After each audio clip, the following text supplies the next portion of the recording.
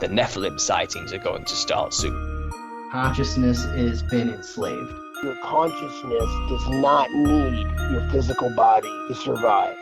It's the thing that's necessary. It has to be there. It's the coding that projects this world we currently live in. He said, I want you to read the Bible. We got reptilians on just outside of our frequency zone. Six-dimensional beings, the ancient builder race. Ideas are the highest form of intelligence, and that leads you to truth and clarity. The Nephilim sightings are going to start soon. Conspiracy and chill. If obviously aliens, our galaxy is insanely huge. We're just one planet. They would have needed a minimum of 6 feet of lead shielding in order to get through the 25,000-mile thick Van Allen radiation belt. This is real. They really did fake the moon landing. The world is infinitely older than that. And I mean the world with human beings in it. Skull and Bones is like one of the villains in the Legion of Doom. He said, I want you to read the Bible. The biblical flood, the Tartaria mud flood. Conspiracy and chill. The Nephilim sightings are going to start soon. The bull god ball. He said, I want you to read the Bible. There's magnets in the basketballs. There was a political party, a third party called the Anti-Masonic Party at a point in the United States. The Global Pandemic Treaty. Conspiracy and Chill podcast. All right. A highly sought returning guest that we've tried to get back on a couple times. Mike and I were dragging our feet on this, but it worked out perfectly with the timing of things. Couldn't wait to get him back on, this time with visual presentation. And we went into plenty of Donald Trump things last time. So I'm excited to just let our guest Brandon Kroll take this away here. Hey, thanks for having me back on, guys. Of course. Yeah, I understand last time that, a lot of this number stuff kind of sounds very silly. I'm not into gematria myself. I do enough, though, to dabble of, that seems like a lot of coincidences. And I think we should look into coincidences because that is like a conspiracy theory's favorite dressing for a meal, if we might put that, that there's more than one coincidence. It starts going on a scale. And if that scale starts tipping into one particular direction, you kind of have to go, there's something here. Babylon falls in an hour, and I wasn't, of course, able to do 2 towers, so I put the 2 Masonic pillars, 365, a little Star Rem fan going on here, showing that America is indeed an Antichrist-like empire, especially after what we saw as of last weekend.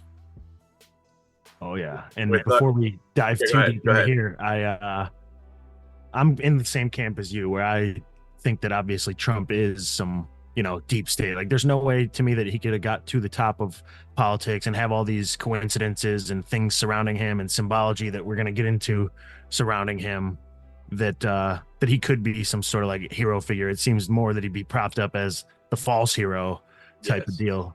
But there's so many ways that this assassination attempt could be fake. In which way do you feel it's fake? That they basically, like, WWE portraying him as the persecuted savior, or that someone inside really did try to take him out because there's an internal deep state war going on? Like, what are your exact thoughts on how they side? I think it's all, again, persecuted Messiah figure 101. And the thing is, you zoom in on his hair, there's no blood on it. You know anything about Trump, he's a huge germaphobe. So there's no blood at all on your hair. I find that kind of interesting.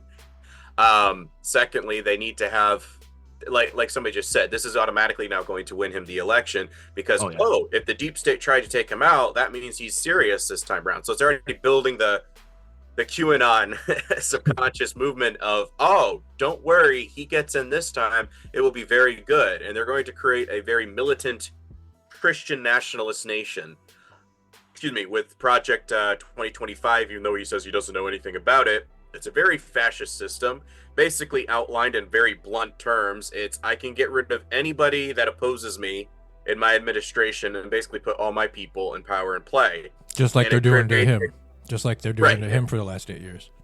Well, exactly. And he already stated, I too can weaponize the government, against my political opponents. And this is exactly what they want, because now you're going to be getting these religious nuts and evangelicals on board thinking you're some sort of chosen one, and they will militantly defend you. They will die for you. They will shed blood for you. Hence why he gets up and he shakes the fist, and what does he say? Fight on, fight. It's like, yeah.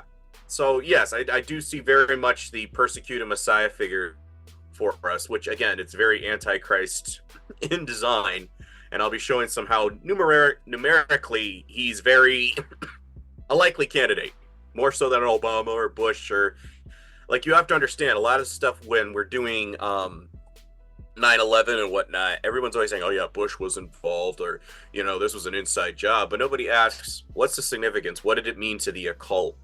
I think that's something that no one's really touched into, and that's what we're touching today. Because when you understand the significance of 9/11 and the occult, you start going, okay, so this was coronation day for an Antichrist figure. Yeah. And Trump happens to be in connection with that, just from what I've been finding. 365 days out of the year. Granted, could be a coincidence, but 3 plus 6 equals 9. 6 plus 5 equals 11. 9/11. Gregorian calendar was created, I believe, in the 1540s. I think it was 1542. Don't quote me. Just think that was when it was put out there for us, and they wanted us to follow a 365 days as opposed to the 13th month moon cycle calendar that used to be there. Why 365? Well, try Hermes, little pyramid guy with the 3 philosophies that you always find atop your dollar bill. It's equivalent of Nimrod's son Tammuz, aka the occult messiah figure. He has the 3 philosophies of mankind, how to basically obtain immortality without the need for a creator god. This is alchemy, this is hermeticism, this is what the occult worships, this is chakra, this is kundalini, this is what that all taps into. That's why 3, triangle. 6 equals the star of Remphan that was condemned in the Bible in Amos 5:26 and Acts 7:43. It is essentially as above, so below, conjoined together. That is what all these elements of those 2 stars pushed together absolutely mean. Basically, in your face, God, we are divine. We don't need you. You'll note that Rothschild was the one that designed the Israeli flag, and that is the star that they have on there, and they claim to be descendants of Nimrod. Pentagram. Penta means 5 in Latin. Gram, God ram, the goat ram. 5 equals the sigil of Astaroth. That's something you can Google. And Astaroth was a goddess in the Bible, Astaroth and Baal. She's connected with the 5 points of a pentagram. So 365 is the unholy trinity from Babel. Wow. So, yeah. November happens to be 9 in Latin. November is our 11th month, 9/11. When we do our voting, Trump said that if he gets in November, it'll be 11/5 election day. I was laughing because the irony of that particular date. Remember the 5th of November. The Jesuits have been pounding that into us ever since the original trying to bombing up of Parliament, and this is the day that Trump said he's going to make it like a Christian holiday when he gets in. Wow. American flag. You'll note that we have 9 stripes going 1, 2, 3, 4, so on and so forth, and we have 13 stripes going across 9/11. Wild. On top of that, we have the 13 stripes red and white, which equals 13. So 9 plus 11 plus 13 equals 33. We know So they love people are 13 and telling- 33. But, huh? I said we know they love their 13 and 33. Trump happens to have 3 sun god relics up in his penthouse apartment. And he also has Eros, which is love, Cupid, making out with Psyche. So the love of the mind. I find that very interesting symbolism was because 3 and 1 again. So yes, Boston Tea Party. Yes, it was a false flag, quote unquote, event. It's what I'm always telling folks is that you too can be complicit and be a Mason. All you have to say is you believe in a sovereign being without acknowledging God. That's ultimately all that it requires. This is why you can fill in the blank with any God that you want. Just say a higher power. Most of our founding fathers were deists, and they were getting very big into the enlightenment of Hermeticism back in the day. This connects with Kabbalah, as Freemasonry, the guy who is basically one of the greatest, most prominent literary Freemasons of all time, Albert Pike, stated that Freemasonry is the search for light. As you will see, leads us directly to the Kabbalah. Now, I find it interesting that out of all the positions they could have put this Boston Tea Party chest that they have in a museum, they tipped it on its side. very similarly to the Kabbalah cube. Yeah. So was America Freemasons? Oh yeah, 100%. So don't tell me we were founded on Christian. No, we were founded on deist principles. Conceived in liberty, as in the goddess Libertas. Very interesting wording that you put there, Mr. Thomas Jefferson, who wrote a Bible, taking out all of Christ's quotes. And that's what I always say too. I'm like, the Masonic States of America. If since its inception, it's been controlled by the same group, like how can I expect it to be legit now? Well, legit, and even still, a lot of Christians always are giving me pushback saying, oh, America's not mentioned in the Bible, or the Antichrist has to come from Syria. In America, we have a lot of symbolism that connects us with Babel, that connects us with Egypt, that connects us with Syria. And the thing I keep getting with the cognitive dissonance response is that they're kind of trying to find the, the war on terror theology. They're trying to find it in the Middle East region, as opposed to, you don't think that could have any connections with a mystery Babylon the Great? We know Catholicism connects because of the colors, when they said red and purple is what colors she wears, just like the priests. But it also says they wear mystery Babylon the Great on their foreheads. Mithra followers, which is a variation of Libertas, wore red caps, just like the Sons of Liberty that did the Boston Tea Party and the French Revolution. Can I ask you a question? Yes, sir. Do you think that John F. Kennedy was a part of the deep state? I think originally he was, just based off of his dad's MO Fair. And all of the stuff he was doing. But it sounds like Kennedy was starting to cause some problems because he didn't want Israel to get a certain nuclear program off the ground. And he and his brother both were trying to file AIPAC as a foreign agent. This did not pass the you being a good boy test. It was no, that's not what you do. And he was talking about we are against a monolithic conspiracy across the world and secret societies. So, and I think this is something hotel, Mike Waldorf. He was giving this speech. So if he's already calling out that there are secret societies running the shebang, and you're starting to cause problems of not letting Israel do its thing, when you look up into the guy that took off Lee Harvey Oswald, that guy, Jack Ruby, he actually had a Jewish last name prior. Right. Yes. Look at you. Oh, I love it. I love when somebody knows the secret history. But yes, this is something where it's kind of going, you might want to re-examine the incentive of wanting to take a guy like him out. So personally, I think a lot of folks don't seem to realize is that some people try to leave the club or they no longer are useful. Somebody like Martin Luther Jr., somebody like Malcolm X, eventually you're no longer of use and they will eliminate you. And this creates, again, a martyr complex. Does that answer your question? Serves to not let anyone else step out of line, too. It makes anyone else who wants to leave the club see what will happen out in the open. Well, even Prince, the singer, he was stating that he posted it on Twitter and then they deleted it. Says they're coming after me. If they can come after me, they can come after anybody. I just find that interesting because Prince was a guy that wrote a song, New World Order, in 1996 that was talking about the tracker you got from vaccination. They're always listening, especially on the phone. And you're trying to figure out in this crazy world if you're a boy or a girl. I'm over here like, wow. what do you know, buddy? You mind?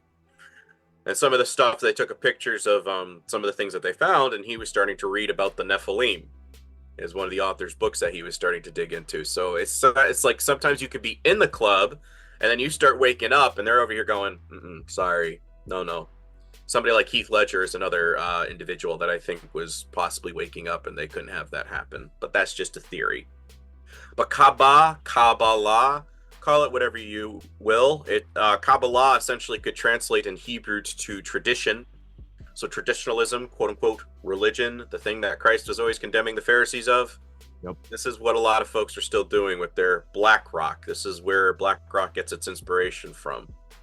Hey, so since you mentioned Black Rock, have you seen? Yes, sir. You've seen the video, right, of the shooter in a Black Rock commercial? Work for it. What? I mean, what in the fuck? And he also had a Jewish heritage. I have a little picture of him wearing a yarmulke. I'm just waiting for the dust to settle before I start posting some more stuff. I lost like 80-something followers just showing what I did show, and I was like, Yeah, I'm dealing with babies right now.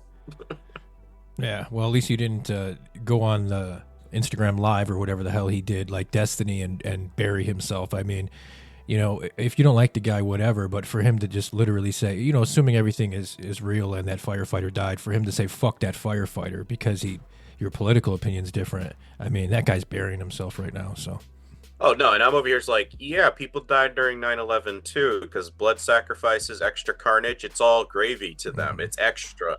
I'm not demoting the individual that was killed. Of course, I have pity for the guy, but you have to understand a psyop can still be a psyop, and they can still pull off what they need to. They can kill one or two in the crowd, and then put Trump down on the ground and cut him with a razor or put ketchup over there. I don't know. 100%. You know, that's what I'm saying. Is like people have to kind of put two and two together here. Is that, you know, especially if the kid's got connections with BlackRock, because I did a whole episode, The Origins of BlackRock, very much to Nimrod's son Tammuz and Saturn cube worship. Yep. And they also right here on the screen. Yeah, and they also are in charge of Boeing, so the planes. Surprise. Right. I think we talked about it last time. I don't know if it was you that we went over it with. That I believe it's 1968. All these things around 9/11 happened. Like 1968, Bush graduates from Yale.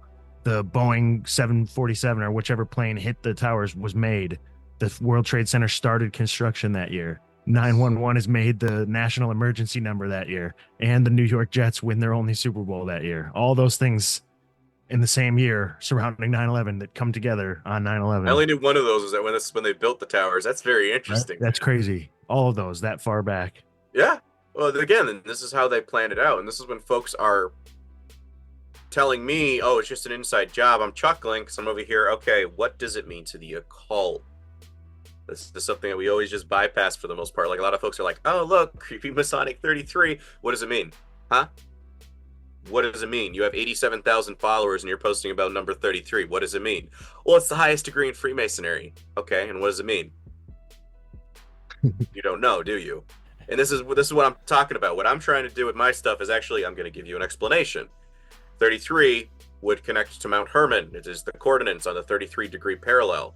It's also allegedly where Mount Meru, where they have this black rock, this mountain that's actually magnetic, and this is really why everything points north, is because of black rock. Black rock as well, the 33 points on your spine. So it's an ascension thing.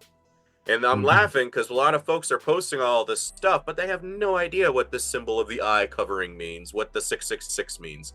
And I'm chuckling because this is how you sound stupid to the rest of the world. Because you're over here going, oh, look, they're doing a thing. And you have no idea what the thing means. It would be 33% of the angels who rebelled too, wouldn't it? As well. Correct. Yeah. Interesting. Correct. Who came down and had affairs with the daughters of men. And that's where did they do it? At Mount Hermon. Mount Hermon, yep. So Trump happens to have this little black cube thing atop his tower, but also right down here when you first enter the building.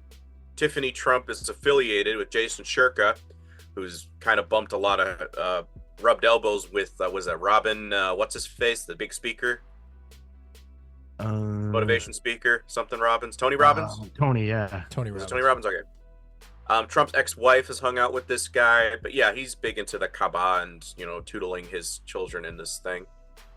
And we see it over here in Mecca, and it also connects into Freemasonry. So as long as, you know, that this is what I'm laughing is they've weaponized religion to get people to be cannon fodder. And I'm saying both Judaic, both Muslims. And what folks don't realize is that they both worship the same thing at the end of the day.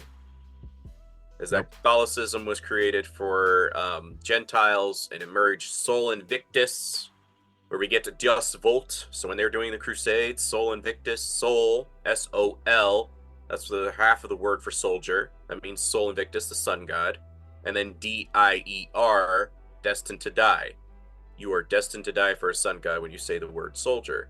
That was created by Crypto Use, and the Sanhedrin is very much designed just like the Jesuit council that they have over there in the Catholic Church. Do you consider yourself a Christian? Just Christian, not Catholic. Catholicism is counterfeit Christianity. Okay. Camouflage paganism, because what do they do with a lot of the stuff? They're like, oh, you have this god? Okay, we're going to call it a saint. All right, we're going to Christianize that. Give it a saint. Call it a saint. Okay. So I just say just Christian. I'm anti-denominationalist for a reason, because when you start defending your institutions as opposed to yourself as an individual, you're now defending the things of this world. Whereas in the gospel, it states that that no man has anything evil to say of you. Why? Because it's referring to your character, not your institution. If you are defending your adjective, you are defending an institution.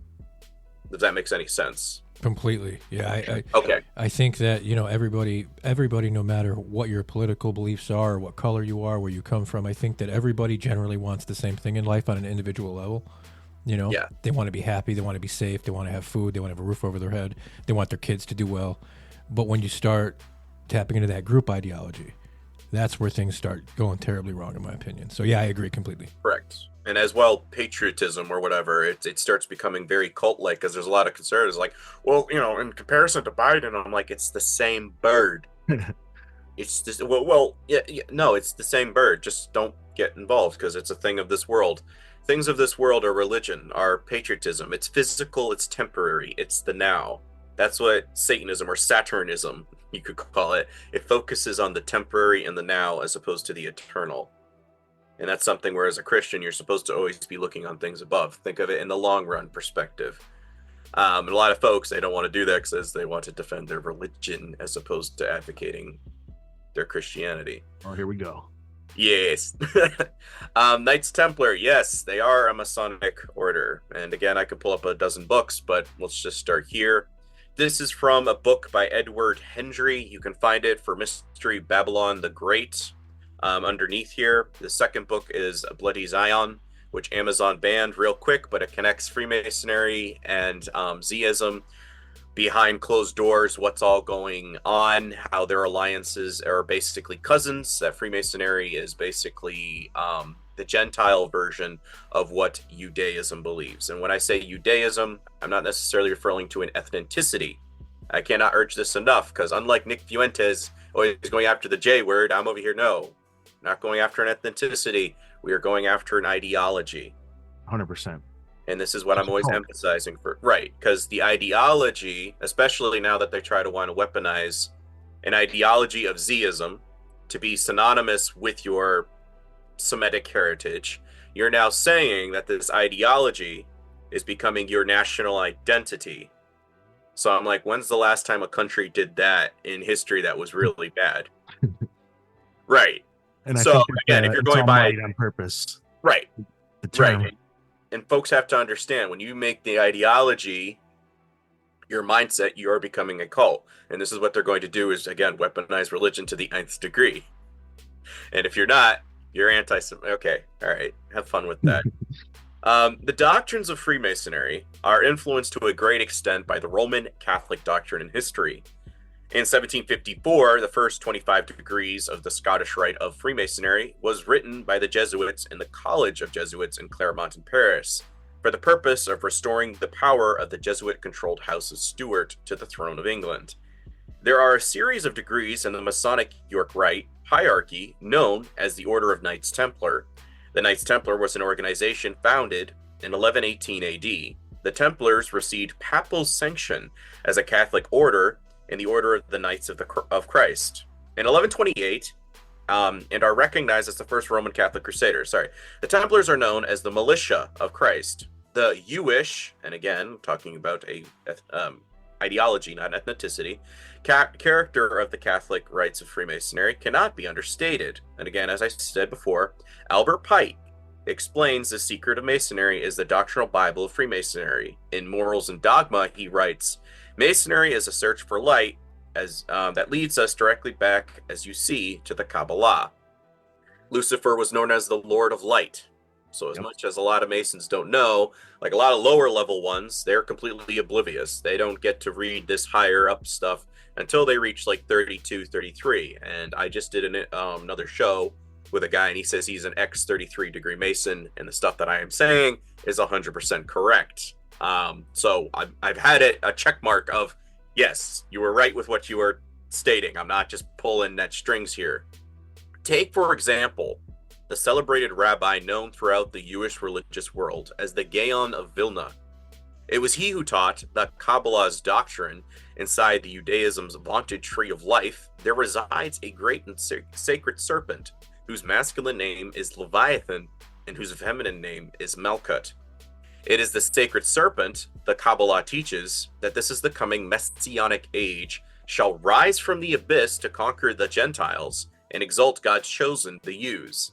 This Leviathan, the holy and piercing serpent, is expected to be the Messiah prophesied to appear, the one who will supernaturally possess the bodies of the world's Jews and lead them to global domination and glory.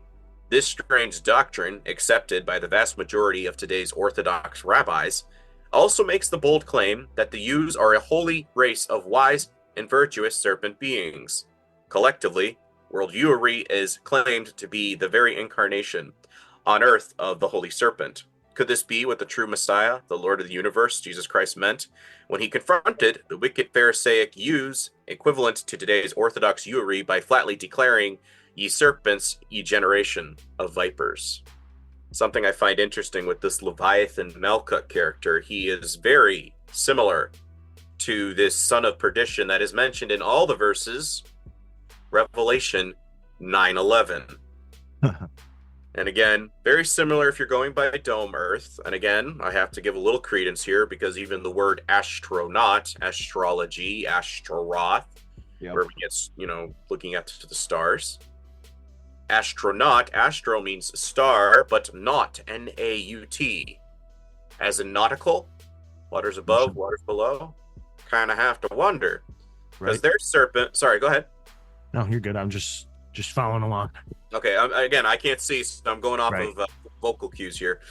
So one of the mythos is that Nimrod's wife, Semiramis, Astaroth, Ishtar, whatever deity form she came after Babel with the many tongues that came from there, is that she tried to go down into Sheol, the underworld, and she failed. She wanted to go visit Nimrod, and she came back and she finds Tammuz sitting on her throne, gleefully, not even mourning her loss. And she's over here like, really? So she, according to wherever lore this fits in, whether it's true or not, makes a deal to sell him as an avatar, a fleshly avatar, later on for Satan, for whenever he wants to indwell the earth. And I'm over here trying to explain that to folks when they're over here reading Son of Perdition. Just like God had his son, the word became flesh, hence Christ. He sent his son to be the representative of him on earth. Satan needs an avatar. Again, what are we always getting with modern technology? Create your own avatar online. The occult has the same thing going on here, but again, there's a demonic version and a parody, and then there's the celestial version. Does that make sense? Yeah. Okay.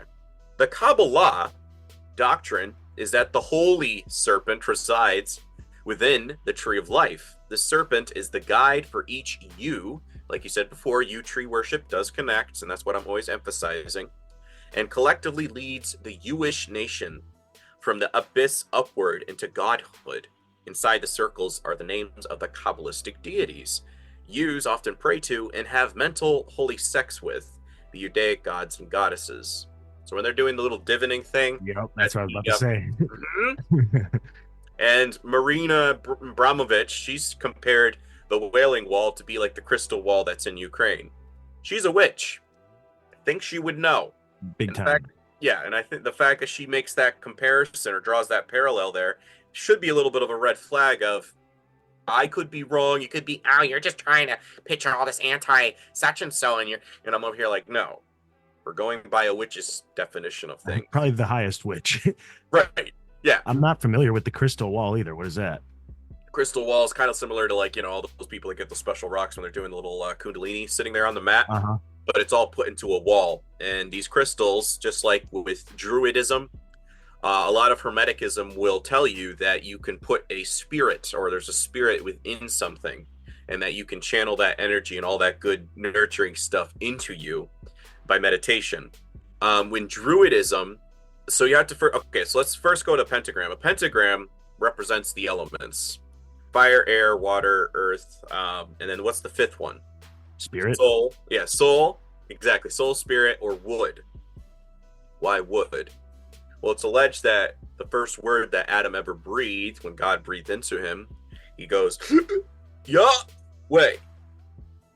unless he said his creator's name. So every time you draw a breath, you are saying Yahweh's name.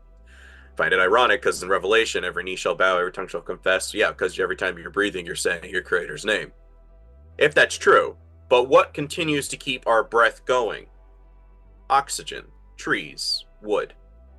So what they were having this huge thing is that, oh, the Nephilim, if we like endow this tree or this idol and we put like a little leaf in it and we, do all this stuff, that we can now bring that idol in, and therefore we are channeling all this greatness that these deities once brought before. Remember when we're getting in Genesis 6:4, the sons of God come down and have affairs with the daughters of men, and there were heroes among the men, or the giants. This is what they're talking about. So they're thinking they can imbue that via tree worship. This is what Druidism ultimately connects to. This is what Hollywood connects to. Hollywood connects with the Druids. And ironically enough, yes, it does connect to yew tree worship, as in Christmas tree.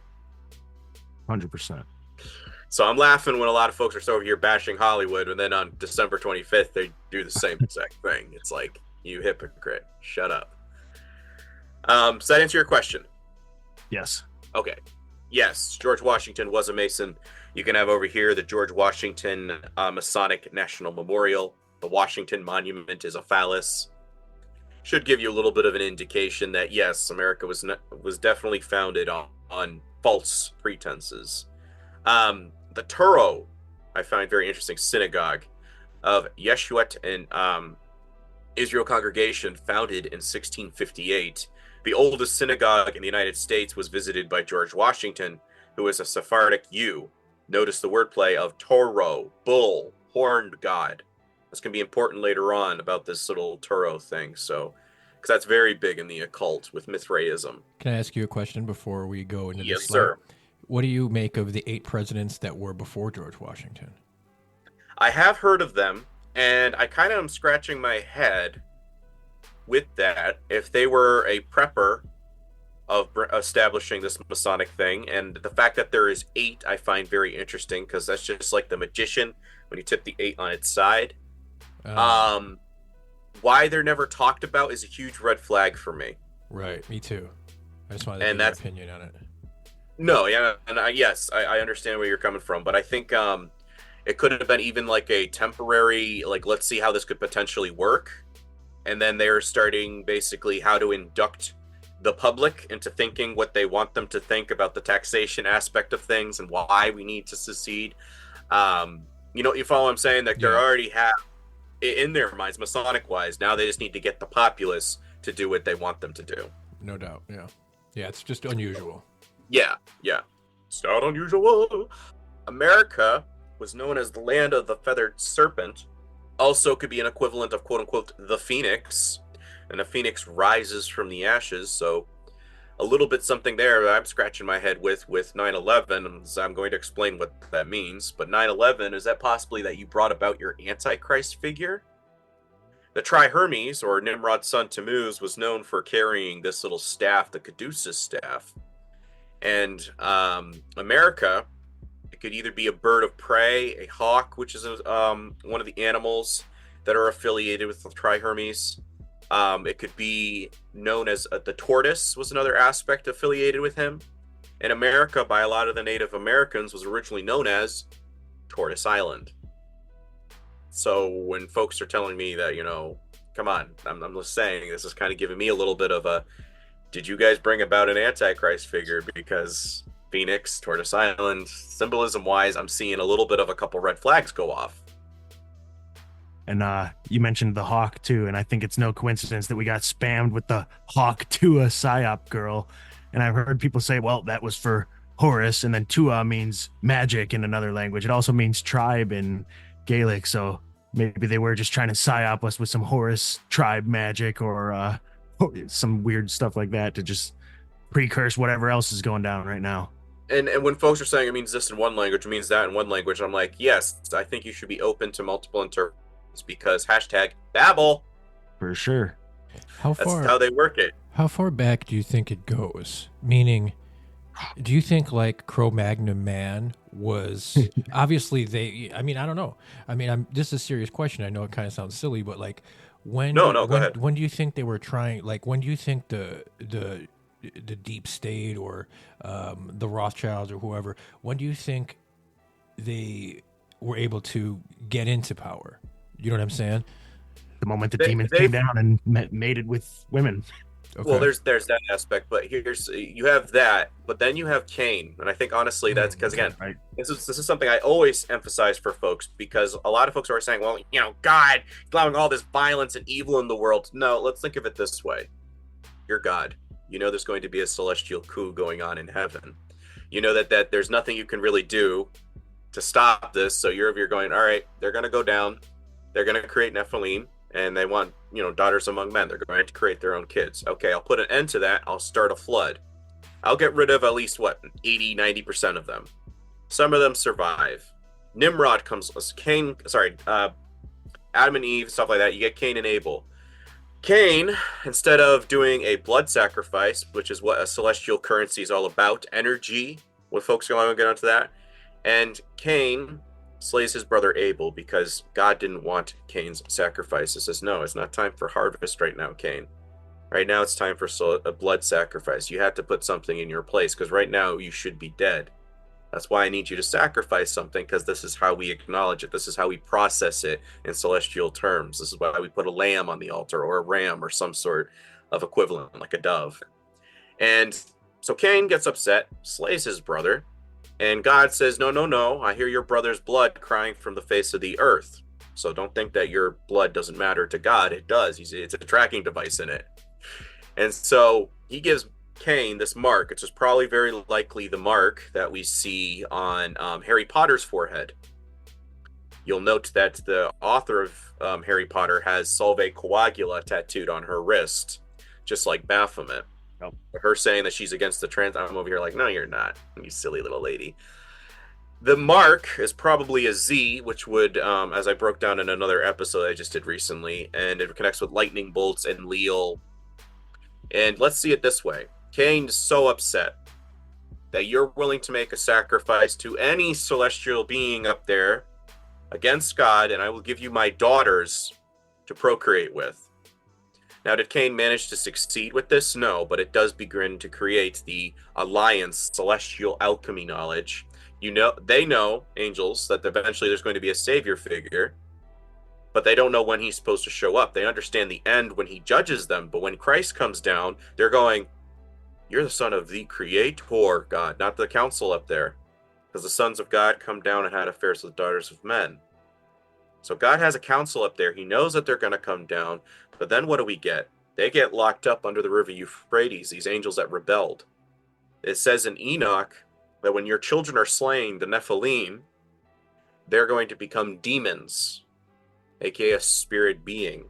And that they will forever roam the earth for 70 generations until the time of the end. Interesting. Now let's go over to 1 John, and we get the verse that's written, behold what manner the love of the Father, that we, Christian saints, should be called the sons of God. Wait a minute. Are you telling me we're replacing the former heavenly council in heaven, and how we prove that we love God is by accepting the Father's Son? Yeah. So all this evil in the world is being done to distract us from our eternity? Is meant just to make us focus on the physical pain of the now? Yeah. Wow. So Cain, he has a descendant, Tubal Cain, which is still something that they have in Freemasonry. You'll note that is the Facebook logo, the little F. It looks just like, Masonic Cain, and a little figure 8 in between for the F part, the little slash. That's the figure 8 on the Tubal Cain staff. And eventually you start getting to Nimrod. And Nimrod was basically the chief dog. He's the one that builds this Tower of Babel to go to war against heaven. He wants to breach the dome. And he fails, and God shatters his tower. And what are they doing now? Space Force? You silly little boy. You think you can breach the dome again? Operation Warp Speed? Who signed it? Not Bush, not Obama, right. Mr. T. And again, I'm going to show his mark. Trump's got connections with Nimrod's son Tammuz, because when Nimrod was slain, his blood fell upon a conifer yew tree. And it said from that Nimrod impregnated me. And I have been imbued with everlasting life and a rebirth of a child. I've been immaculately conceived. And when Nimrod comes back, aka Trihermes Tammuz, it's him back in the flesh. No, it's not. No such thing as regeneration. There's no such thing as reincarnation. But the occult, they need to create a parody. What did Christ do in contrast? He resurrected back from the dead. He showed people his scars. You saw me like this before. I just proved them frauds. There is no such thing as regeneration, reincarnation. Does that answer your question? Yeah, no, it does. And one of the things that we talked to Dr. Narco Longo not too long ago, and one of the things that he said that was interesting about Cain and Abel is that's where the word cannibal came from. Cain and Abel. Cain and Bale. Yep. Yeah, and I thought of you because you're clever with the words. So yeah, no, that's interesting, man. I appreciate it. Yeah. Again, I'm always trying to fill in the blanks for folks because, again, do I have 100% proof? No. But I have a plausible enough story based off the symbolism of the occult and then aligning it with the Bible. That's what I'm always telling folks is once you do that, the Bible becomes a little bit more alive because you're going, this is proof. There's anthropology and etymology to prove that there's something here for consideration. But the caduceus was also known as the herald's wand, another terminology for the Trihermes is the messenger between the gods. Now, they want to do a Project Bluebeam scenario eventually. Wouldn't you need somebody to intercede between these fallen Anunnaki alien-like creatures and mankind? Definitely. Exactly. And that's You kind of think where it's going to be Trump? Possibly. Possibly. I talked to the aliens. They're good guys. We're going to help them. They're going to help us out. You can't build a wall against them, so we're going to accept them. Trust me, I tried. Nobody's tried as harder than me. Caduceus carried by Hermes, the father of hermaphrodites, or male or female. Duality. Think of this as Nimrod. Think of this as his son. The god of doorways, looking forward, looking back, quote unquote, back to the future, which is based off of Nimrod's family. My mom is attracted to me. Nimrod did his own mother. Yeah.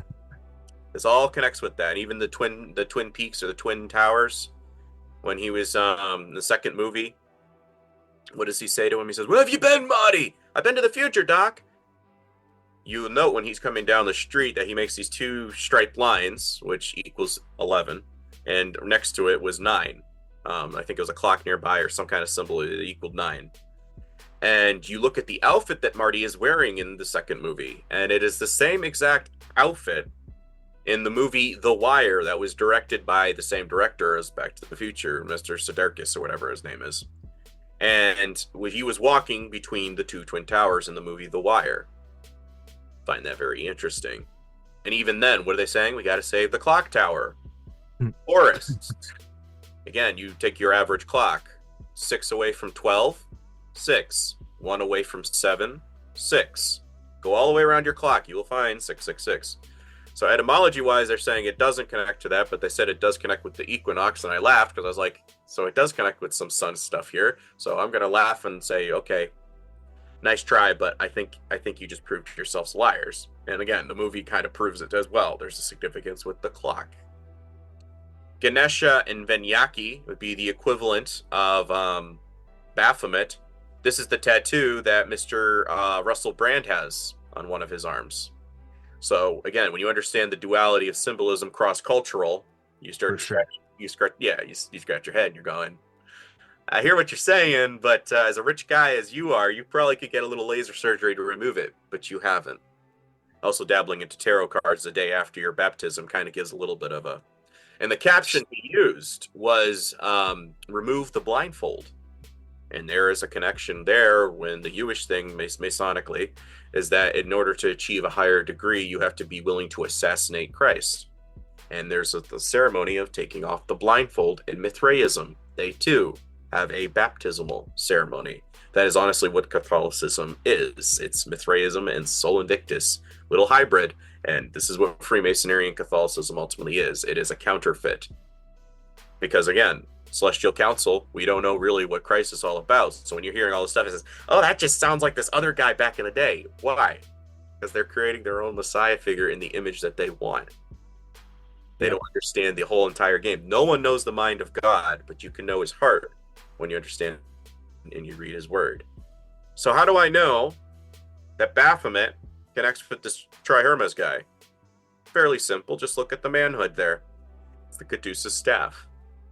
And the Trihermes is actually the one affiliated and attributed to the phrase, as above, so below. The conjoining of the elements. So when you're hearing the Templars were starting to worship Baphomet, yes, they were starting to worship Hermeticism. And you got to throw Cernunnos in here too, the Celtic god sitting. Oh, he's in this presentation. Oh, nice. And he's holding the torque and the snake, the combining of the male and the female. Yes, or Semiramis and Nimrod to bring about a incestuous child. Very, very sick thing. I don't understand the occult sometimes. No, they're definitely twisted perverts for sure. Oh, it always connects back to that somehow. Oh yeah, the Egyptian god Apis or Osiris. Osiris would be an equivalent of Nimrod. When he died, became god of the underworld, aka Cernunnos, as you just referred to, be an equivalent of that. Or Dispatar. Dis means to be set apart, and saint means to be set apart. So when we're looking at the Catholic Church, and they have Jesus, that's Tammuz. Then they have the Virgin Mary, that's Semiramis, and Virgin Mary is known as the Queen of the Heavens, which connects with Astaroth in the Bible. And Nimrod would be St. Peter. Upon this rock I build my church. No. St. Peter connecting with Dispatar, the Latin sky god of the underworld. So I'm laughing because it's right there, and if folks just looked at the etymology, they would go, yeah, that checks out. But the Apis bull, this is what they started worshiping when they left Egypt. It wasn't just, oh, let's just randomly build a golden calf. It was what it represented: strength, vitality, and a reigning monarch. God's giving his people at the time a marriage contract, a ketubah, which is written in stone between two parties, of saying, I'm going to be your protector. I'm going to give you provision. And Moses, what the heck are they doing down there? I'll go talk to them. Of course, Moses is going to know. He used to be a prince in Egypt. He knows exactly what that represents. I'd be flaming mad too, and probably break a tablet. Because this is literally cheating, quote unquote, on your honeymoon, is what they were doing. Building something that we want a bull. Slaying the bull is something that Mithra is known for. Apollo would be an equivalent, I think, of Mithra, and the bull would represent God. Slaying the bull. This is something that connects with Trump. Bull is always apparent as well. The different religions that venerate the bull or sacrifice bulls or portray a god as a bull. Exactly, or the bull of heaven that we read about in Gilgamesh. So yeah, when Moses is going to Egypt and he throws down his staff, that's the first quote-unquote trick out of the bag. They're over here like, well, you know that as a prince of Egypt, you were taught with the stuff that we have with Thoth, where we get thought from, the equivalent of Hermes, the Greek version of it. And what does he do? He's like, yeah, this snake is going to devour your guys' snake. This is significant because later on, the children of Israel, when they're going out into the wilderness, they start going back to the Egyptian ideologies. And God says, okay, they want to look back to their Caduceus guy. They want to look back to their Hermes staff dude. Moses, build a bronze serpent. And if, when they look to it, they'll be saved from the snake bites that's going on and biting everybody in the village. This poisonous ideology, it's symbolic. And then we get this right before we get John 3:16. God so loved the world, he gave his only begotten son. It says, and as Moses lifted up the serpent in the wilderness, so must the Son of Man be lifted up, that whosoever believeth in him may have eternal life. The cross is one of the symbols of Tammuz, this Trihermes guy, Nimrod's the Christ pagan doppelganger, and that's the symbol that Christ dies upon. Very significant, very powerful. And again, if you're wanting to have a Christian nation, you fold up a cross, it's a Kabbalah cube. And everybody's wearing this thinking they're being good Christians. It's like, that's the symbol of death. I think in Hebrews it says he brings it before the throne of God. He defeated this symbol. And this is what mankind is gravitating still to this day. They're not anti-Muhammad, they're anti-Sharia law. They're not anti-Buddhism or even Buddha. Why are they always anti-Christ? That should be a little bit of a ding-ding. Yep. I think that does click for a lot of people too once they realize, a lot of the people, you know, I'm kind of connecting the dots to, they all don't like Jesus. They're fine with everything else, but they're always attacking Jesus. So there must be something to it. That should give you a little credence, because if the Kabbalah, the all-seeing eye people who are in charge of Corona, if they are all having problems with God in the Talmud or his son, where they say that Christ mated with donkeys and he's now boiling in excrement in hell, and they really hate his followers, and that's the side you want to side with? Okay. But again, we have Washington. This is a statue at his little Masonic thing, and he's doing the same pose of as above, so below, as Baphomet between the two pillars. Two pillars in Freemasonry. This is when King Solomon built the temple. They have Boaz in the two sides. One is female, one is male. So when this is over this, in the Masonic compass and square, that is basically boinking. That's what that represents. Yeah. It's phallus and womb. More sex symbols, pervs.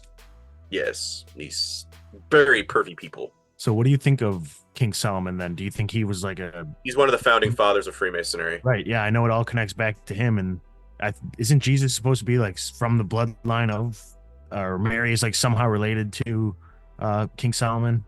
And that's the thing with the occult. Now, allegedly, are you familiar with the story of Ishmael?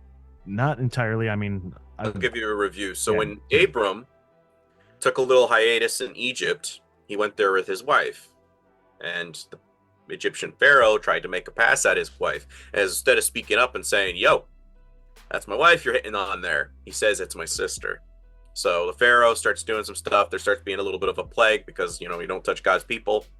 And the pharaoh's like, "Okay, you should have been up front with me. You should have told me directly. Get out of here."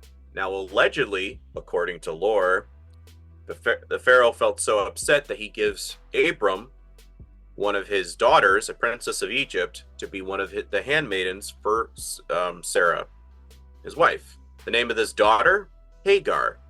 Now, Abram and Sarah, they're trying to have a child. Eventually, Sarah says, "This isn't working. Go sleep with my handmaiden, Hagar." And she does. They conceive Ishmael. And she's going, "Oh, now I'm mad. Get rid of her." And she does become pregnant with Isaac and Jacob and all this sort of thing. Yeah. Okay. So, and what does she do with Hagar and Ishmael? They send them out into the wilderness, and this is the foundation of Islam, or where we get all the Middle Eastern countries. Wow. So their Messiah figure has to come from the bloodline of Abram, but not necessarily through David. Granted, they're going to make that connection because, like Trump, they're already trying to connect it to a Davidic bloodline, but I'm pretty sure you can juggle the books here and there and connect them to Ishmael, which would connect to the Syrian region of things, and you would get your Antichrist figure out of that region, like they say. Right. Yeah.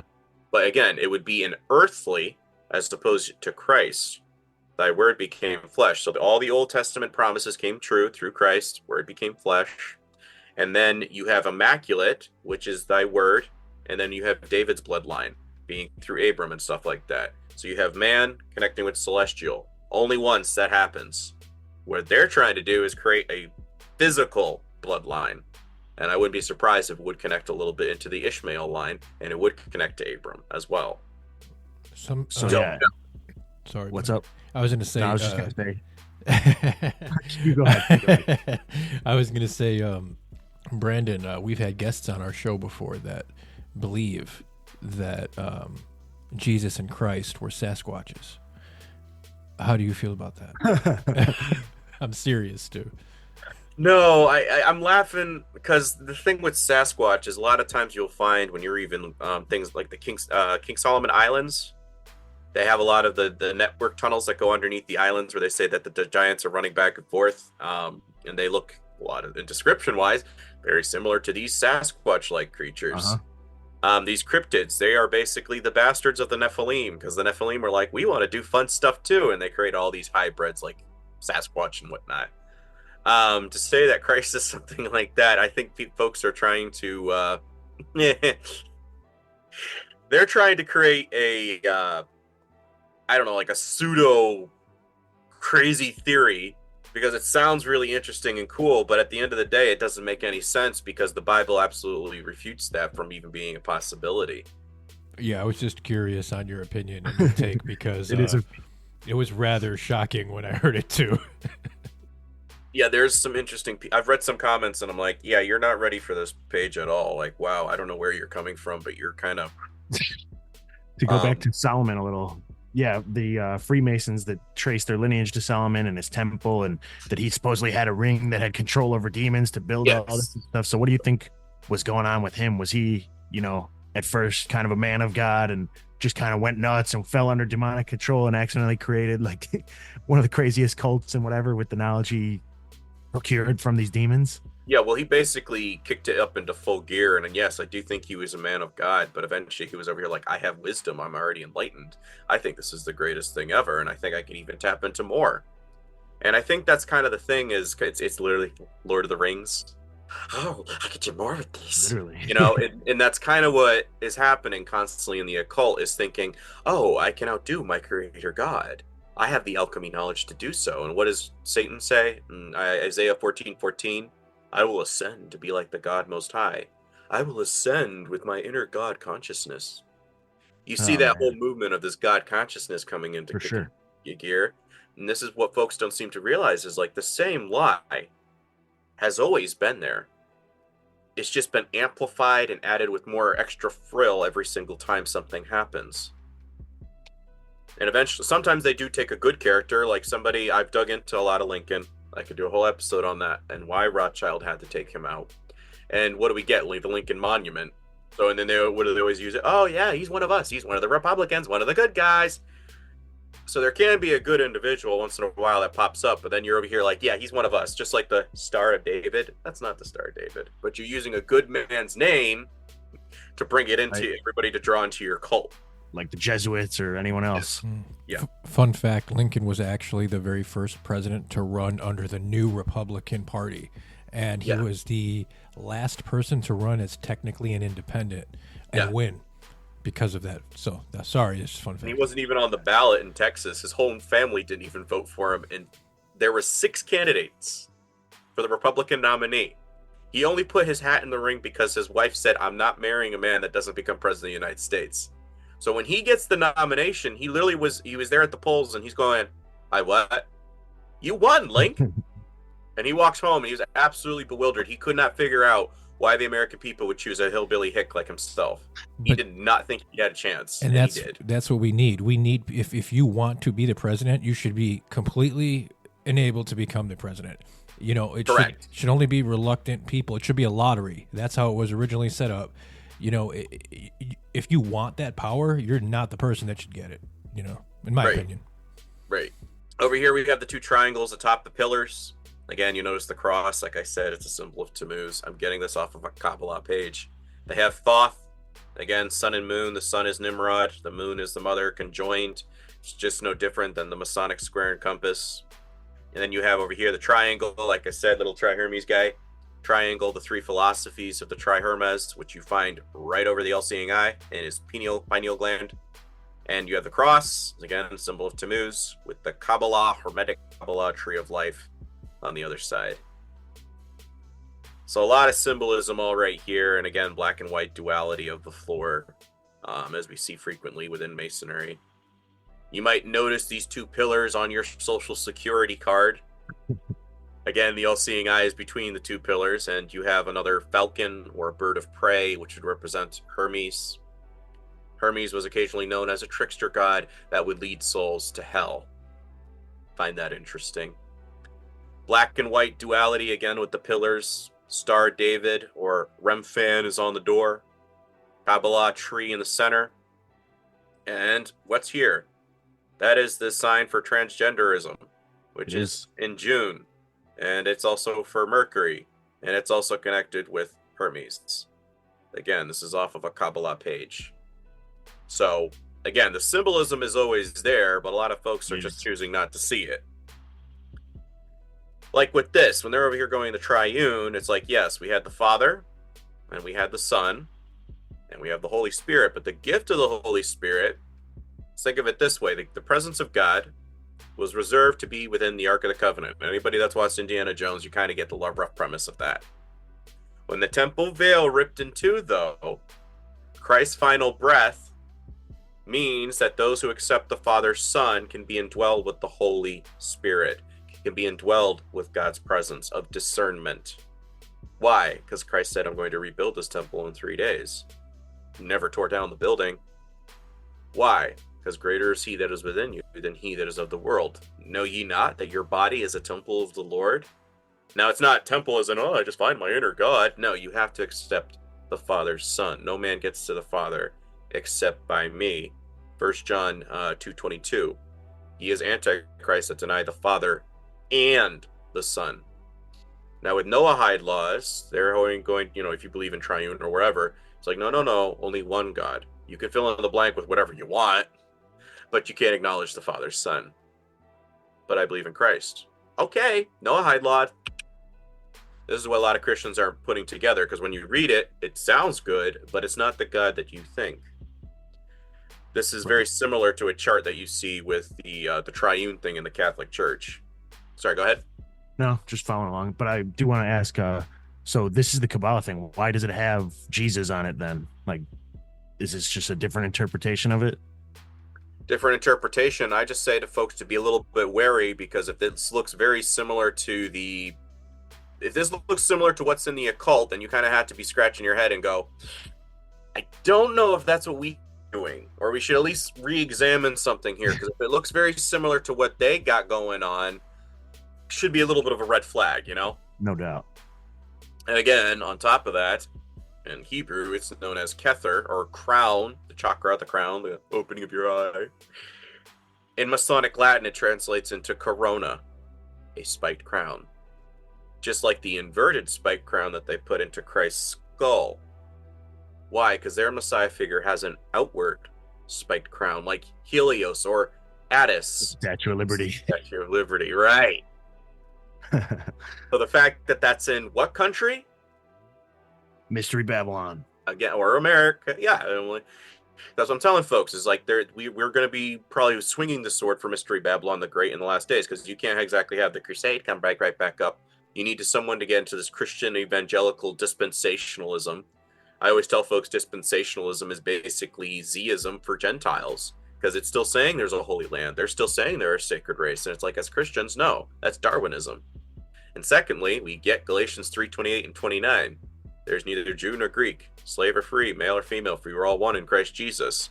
And if you be Abraham's seed, then you are heirs according to the promise. What does it say in Hebrews 8:13? He makes the old covenant pass away or vanish away. Why? More reason to divide and conquer. Right. And it's like, we're now the new Israel. This is why we don't have to send billions of dollars over there. This is why we don't have to pick up a sword and shed blood for everybody. There's no need for that. We are indwelled. We are the new ecclesia. We are the bride of Christ. We are choosing the Father's Son. That's what communion's all about. You familiar with that?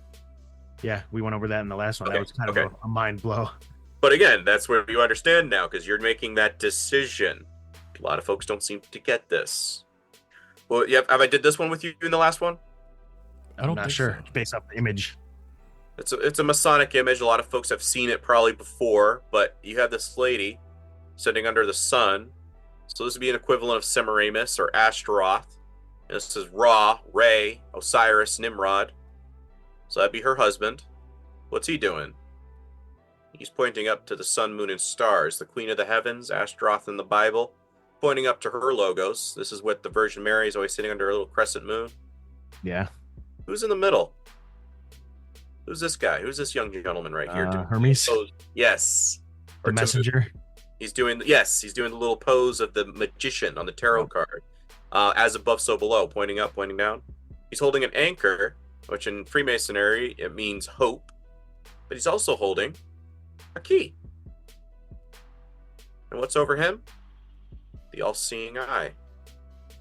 Unlock your God potential through your third eye.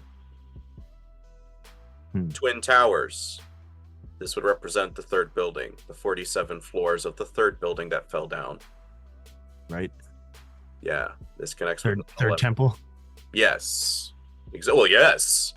Wow, you really are ahead of the game. That's what I'm trying to always explain to folks.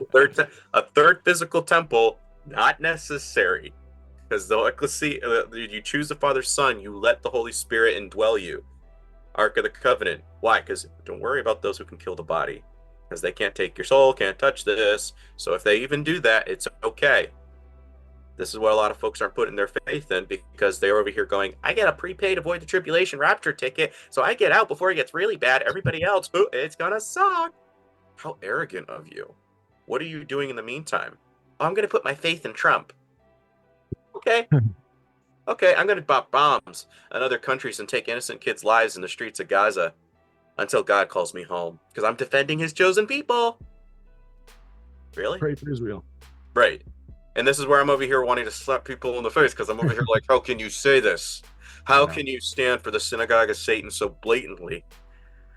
Symbolism-wise, even when they're saying pray for Israel, like you just said, and what are they wearing? This, or they're putting on their profiles, or they post this star of Rem-Fam. Yep. Which is a smack in the face to God saying, we are divine, we don't need you. And you're going to say, pray for God for Israel. No. So wild, dude. It's wild, and it's sick when you understand the symbolism. As I told folks, it's like spiritual cancer. I can't stand it, man. I'm ready for home. This is the blasphemy, the crazy theories like you're hearing. I'm going nuts. Both the Roman Catholicism and Islam revere the moon god and the sun god. Many images of the Catholic Virgin Mary show her standing over a crescent moon. And there are many sun worship images throughout the Catholic Church, including the St. Peter's Basilica at the Vatican. The Eucharist wafer represents the sun god, which is placed on a crescent moon in the moon strands, representing their sexual union. So coming together. And the rebirth of their son Tammuz, this guy. Islamic mosques have a crescent moon, representing the moon god, and a star of the sun god. Many times you will see pictures with the sun cradled within the Islamic moon symbol, representing their sexual union. And like I said, crypto-Jews created Catholicism. Catholicism created Islam. So I literally see these, like, you could literally say Muhammad was practically a saint, wouldn't you? Because he's revered, he's just put, he's like a prophet, he knows a lot of stuff. It sounds like a saint to me. And Joseph Riviera, a former Jesuit, has already came forward, and I think he died of food poisoning, if I remember correctly what I was reading. But in addition, the pillars may be seen as representing 2 pillars of the 3 pillars of the Tree of Life, Kabbalah, the Jewish mystical symbol of the creation of the universe. The names of the 3 pillars of the Tree of Life were often seen as strength and wisdom, with the 3rd pillar being harmony, so that'd be the middle one, placed between them. Thus, when a candidate passes between them, he in essence becomes harmony and enters a life in which the spiritual dominates the physical.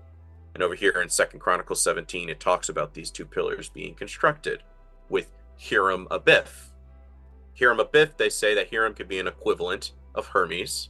And Hiram Abiff was one of the guys that brought down the cedars for King Solomon to help build the temple. Hiram Abiff. And then we have Biff Tannen for Back to the Future movies. That was based on Donald Trump. Hiram, like I said, Hiram Abiff. And then we have Biff Tannen, Hiram Abiff. And then we have Tannen. What does Tannen mean? A conifer yew tree. Affiliated with Trump. So you have Hiram Abiff, equivalent of Hermes, based on the Donald Trump in a movie that's connecting both a tree and Hermes to one particular individual in modern day. In a movie that is very similar plot-wise to the Unholy Trinity of Babel. With plenty of 9/11 symbolism. Mm-hmm. Wild. They tell us the truth in movies. Correct. One in the middle, which esoterically, which means hidden, represents man or mankind, as well as signified union of the Shishmamna and the Kundalini. The sacred marriage will create a radiance throughout the human body, filling it with a divine light. Freemasonry is a search for light. As it is then the humanity will become the 3rd column of wisdom, enlightenment. Kabbalistic teachings, the pillars represent the Sephiroth, and the Tree of Life is symbolized of mercy and severity. When interpreted Kabbalistically, the name of the 2 pillars mean, in strength shall my house be established. I find that all interesting. And I kind of just put this together in my head, even though I feel like I've had this thought or we've talked with someone or I've heard it before, but that's kind of what the transgenderism is. Then they're combining the 2 elements and try to make one being or whatever, if you will, because that's their version of, godhood or whatever twisted thing they try to put behind it. Right, exactly. And a lot of folks, they actually bother to look into that stuff. They would be connecting a lot of these dots as well, but they don't want to. They just want to keep buying the illusion of patriotism until they're called home with the rapture. It's really sick, dude, when you merge these things together, because it's a very entitlement religion that you've created for yourself, that you're painting God to be in your image. For sure. I think it was Mark Twain. He was also a Mason, but I find it funny that I think he quipped once is that God created man in his own image, and man, being a gentleman, created God in his own image. It's like, well, it's kind of true. Kind of true. So that Hermes, connecting with Tammuz, it says by the late 6th century, Hermes was portrayed as having a staff known as a caduceus. This was a symbol of peace and was meant to demonstrate that the herald Hermes was also an inviolable deity. Originally, the caduceus was a rod or simply an olive branch, just like the clutching of the eagle on our dollar bill. Yep. These were entwined with garlands or coronas, or ribbons. Later, these became serpents in the iconography of Hermes. The caduceus was shown as winged and entwined with 2 snakes. This symbolized the speed of the herald of the Olympians. The snake was highly symbolic in the ancient world and may indicate the divinity of Hermes. Over time, the staff began to represent all the trades and professions associated with the gods Mercury, which is synonymous with Hermes. It was also used to symbolize the planet Mercury in late antiquity. Hermes was to have believed to have invented coinage. So his staff was often used as a symbol of commerce. Considered a great orator, Hermes, his caduceus, became the symbol of orators. What fell on 9/11? The World Trade Centers, yes. Trade. Coinage. I find that interesting because in contrast with Christ, do we give to Caesar and pay taxes, or are we loyal to God? Render unto Caesar the things that were Caesar's, and unto God the things that were God's. Translation. Yes, you're in man's world. You have to, pay them what they want, what they think is of value. But don't forget your spiritual priorities. First and foremost, to your creator God. This is what is very ironic, because when, again, the rich man comes to Christ, I've already been obeying all these laws since my childhood. What more must I do to be the perfect follower? Can you get rid of your coins? No. Judas, what did he do? Betrayed him for 30 pieces of silver. Now, Judas, according to Jewish law, because he betrayed one of their own, he should have been executed by the high priests. Who did he sell Christ out to? The high priest. I can't go to the priest and make a sacrifice to apologize or be executed. I can't go to Christ and apologize, and they're going to kill him because he doesn't understand what's going to happen. So what does he do? He throws away the coins back onto the temple floor, and he takes his own life. So when you're telling me, is Judas in hell, I kind of have to wonder, because son of perdition is connecting to this Hermes person that created coinage of things of this world. Judas, in contrast, threw it back. He didn't understand what his savior was about to do. His grief is overwhelming because you're betraying the Son of God. So I kind of have to wonder, is Judas in heaven? Personally, I'd put money on it. Yes, I would say yes. Just a thought. But what's some of the terminology that we get? Because Hermes is the law of the sea, the god of the Olympians. We got drowning in debt, cash flow, loan sharks, liquid assets, currency, head above water, legal tender, means a smaller boat, frozen bank account, breach of contract. We have citizenship, relationship, worship, hardship. Terminology is in our everyday culture, and we don't even see it. Yeah, that's wow. I've never seen those ones. The ships associated with finance. That's some good stuff. It's crazy. Yeah, and again, they always do pre-programming on us. So yes, it was preordained, quote unquote. They have like a thing called karma, retribution, that we can tell you, and as long as we told you, you can't blame us for anything that we do. Revelation of the method. Correct. And this is the thing, folks, is that even when us conspiracy theories are going, they have shown us in Marvel, they have shown us in Friends, they have shown, you're just going, huh? No. There's no way they could do another psyop on me. That was a real attempt on his life. Okay. Now this is from Gary Wayne's book, Genesis 6 Conspiracy. I find this interesting because I could be spitballing stuff, but we have Hermes connected with a terminology. When you hear it, you're going to be going, huh? So how then did Nimrod receive the secret sciences of the Enochian religion from the antediluvian world? How did Nimrod utilize the knowledge of the corrupt seven sciences and the vile pantheistic religions from the antediluvian world? Hermes, or his son, Tammuz, of course discovered and translated this degenerate data from the Enoch's hieroglyphics, which were etched into the Twin Towers, constructed by Lamech's children. All the reprehensible evils Noah witnessed before the flood then came back to haunt Noah in his later years. The twin evils of the spurious knowledge of the Nephilim both fell into the hands of the tyrant of Shinar and the detriment of the post-diluvian society. The impact of the forbidden knowledge did not remain inert. Nimrod reactivated the corrupt knowledge with all of his heart and his soul. This is why, in Genesis 10, recorded that anything that humankind could conceive was then obtainable, even though the people of Shinar did not possess the heavenly wisdom to apply this spurious knowledge for only the good of humankind. The seven spurious sciences are purportedly so powerful that anything is possible through their application. To this end, craft legends recorded that Nimrod was a mason who loved the spurious sciences. Nimrod was captivated with aggression stemming from his newly found power and is celebrated as a great mason. And I find it interesting because Gary didn't connect this, but I've connected Hermes to being his son. And he translated these emerald tablets. That's very interesting, on Twin Towers. Because it's alleged that while Noah was building an ark, these other people were going, we need to preserve our evil magic because, we want our stuff to still continue afterwards. And basically gets the boot for either, possibly doing something with his dad or possibly doing something with his his mom, that they give him the boot. And we get the migration from Turkey down into Egypt, which is Nimrod's family. This is how they started migrating, and they eventually built the Tower of Babel. But they found these emerald tablets that were built that survived the flood, and they were built on two twin towers. What does it say in the Bible? That in the last days will be like the days of Noah? Have to wonder. The Twin Towers. Right. And now what are they going to try to do? We're going to go back to war against heaven with what? Space Force. Freemasonry has 33 degrees. Oh, I already explained that to you guys before.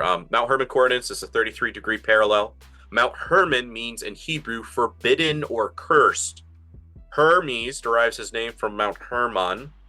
The emerald tablets were translated from the events that transpired here. Bel Hermon. You notice our steeples? Always shaped like a phallus, and they ring a bell every hour upon the hour. Horus. Kind of have to wonder. World's tallest UN base is now atop of Mount Hermon with the Star of Chaos in front. So I could be wrong, but why does the UN think this place is significant? Especially with all their fallen angel and Lucifer symbolism, I wonder why. Exactly. And when Christ was saying the phrase, upon this rock I will build my kingdom, he doesn't say it to Peter, which Catholicism takes.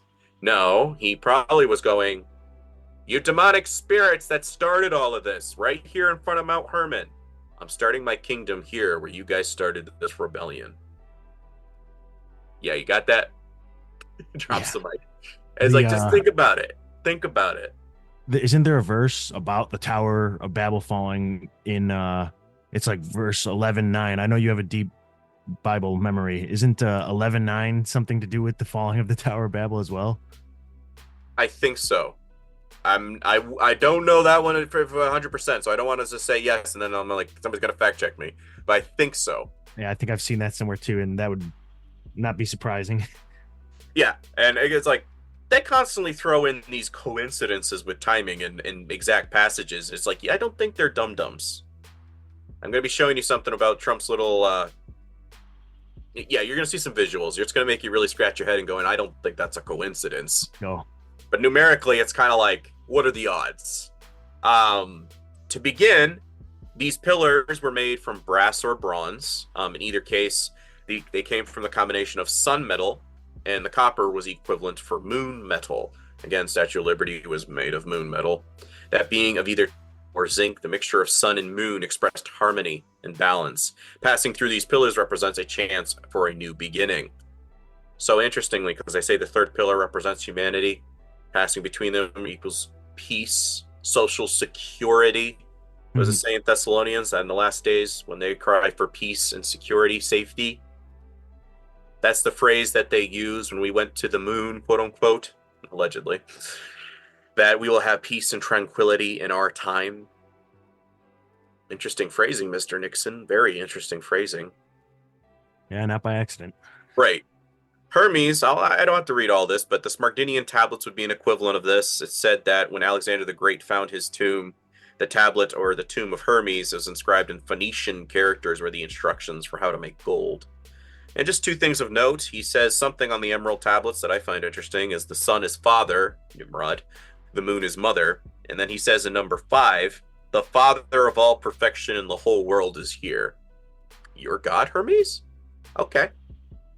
And again, just showing visually, this is what it all means, as above, so below, as within, so without, as the universe, so the soul. And this connects with Mr. Hermes and Baphomet. It's the same guy. That's why I'm always, I really get a pet peeve when I'm hearing people say, Statue of Liberty is Satan. Baphomet is Satan. It's like, no, it's not. It's the avatar. Because we understand the avatar, we can start seeing the Antichrist individual. We can start, kind of sifting through the Bible and going, oh, okay, so occultically, this is what they're trying to bring about, right? Yeah. Because what they think is that they can still defeat God. Like David's vision, when he has the tower, the statuette of all the empires, what the occult wants to do is bring back ancient Babylon, the golden age, the golden head of when all of this stuff was going down. But what ends up happening, it becomes an empire of iron and clay. That was the feat. When man wants to merge with machine, AI. AI equals A1 I 9. 1 plus 9, X, Osiris rising from the abyss. The root server for all of your computers for AI is known as demon. What did I just tell you about the giants? So when they were slain, they became known as demons. They want bodies back. There's our AI. Yes. So if you are able to basically get the mark of the beast, you get people signing off on, yes, I'm willing to be possessed because this sounds like a great system. Yeah. Well, thanks. Like a genie, and then they end up doing a thing because you just signed a contract. What does it say? That mankind's going to try to kill themselves, but they can't? Why? Because you're possessed.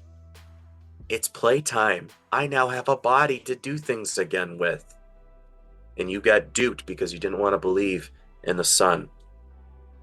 Because what does Christ do? He saves our souls. Don't worry about something that can kill the body. In contrast, what do they want? We want a physical body again. Breaking it down very simple, that's basically what it comes down to. Do you want to be possessed by them, or do you want to be possessed by him? I love this graphic on the screen, because when I first saw this one, I was like, oh my goodness, dude, it's so deep, it's so crazy on multiple levels. Like earlier, how people will be like, well, it's just the the military industrial complex. They faked 9/11 so that we could go to war and do all this. And yeah, that's true, but like partially more on a spiritual and occult level that they pulled this off. Yes, deeply. Apollyon is mentioned in Revelation 9:11 of coming up from the abyss, what they're trying to do over at CERN, who gave us our internet. Inter means place for a two more corpse, net to restrain or to hold something. Really? That's interesting. What does Christ say? Come with me, I'll make you fishers of men. I'm just saying, you want to go with the great fisherman, or do you want to get stuck in this net? When you look at the internet logo, it's holding everybody in a net on this world. Yeah.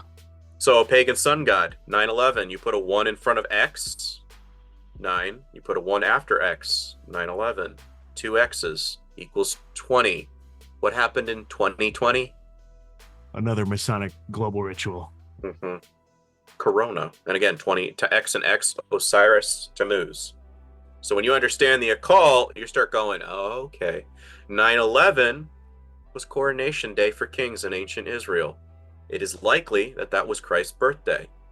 How do you know that? Well, it was the Feast of Trumpets, which I find very interesting because if Christ's name was a variation of Joshua's name, Jericho with the trumpets sounding, and what would the Feast of Trumpets be similar to? The trumpets sounded in Revelation. Interesting. And so now you're trying to create a guy, which Trump's name, Trump. Oh, yeah, trumpet. In Germany, yeah, it means a horn player or a drum player. Isn't there a Christmas song? I play my drum for him. That's not in the Bible. Where the heck is this coming from? Kind of have to wonder, folks. And then you have this individual coming along a couple of years after that song was produced. I wonder. The Seal of Solomon, like you were saying before, this is where the ringmaster comes from for circuses, is the legendary signet ring, attributed to the Israelite King Solomon in medieval mystical traditions, from which it developed in parallel with Jewish, and again, because I'm emphasizing its mysticism, Islamic mysticism, and Western occultism or Masonry. It is the predecessor to the Star of David, the contemporary cultural and religious symbol of the Jewish people. Why? It is often depicted in the shape of either a pentagram or a hexagram. In religious lore, the ring is described as having given Solomon the power to command the supernatural, and also the ability to speak with animals.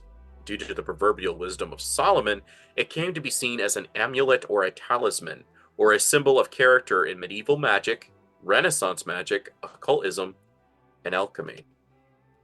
All these things. Go ahead.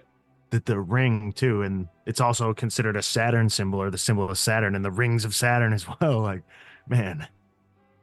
Again, you see how it connects with the occult, and people are still going, no, it represents the Star of David, it represents the good people, and I'm over here like, no, it doesn't. No, it doesn't. Stop saying it does. When Stephen the Martyr brings it up, they freaking stoned him.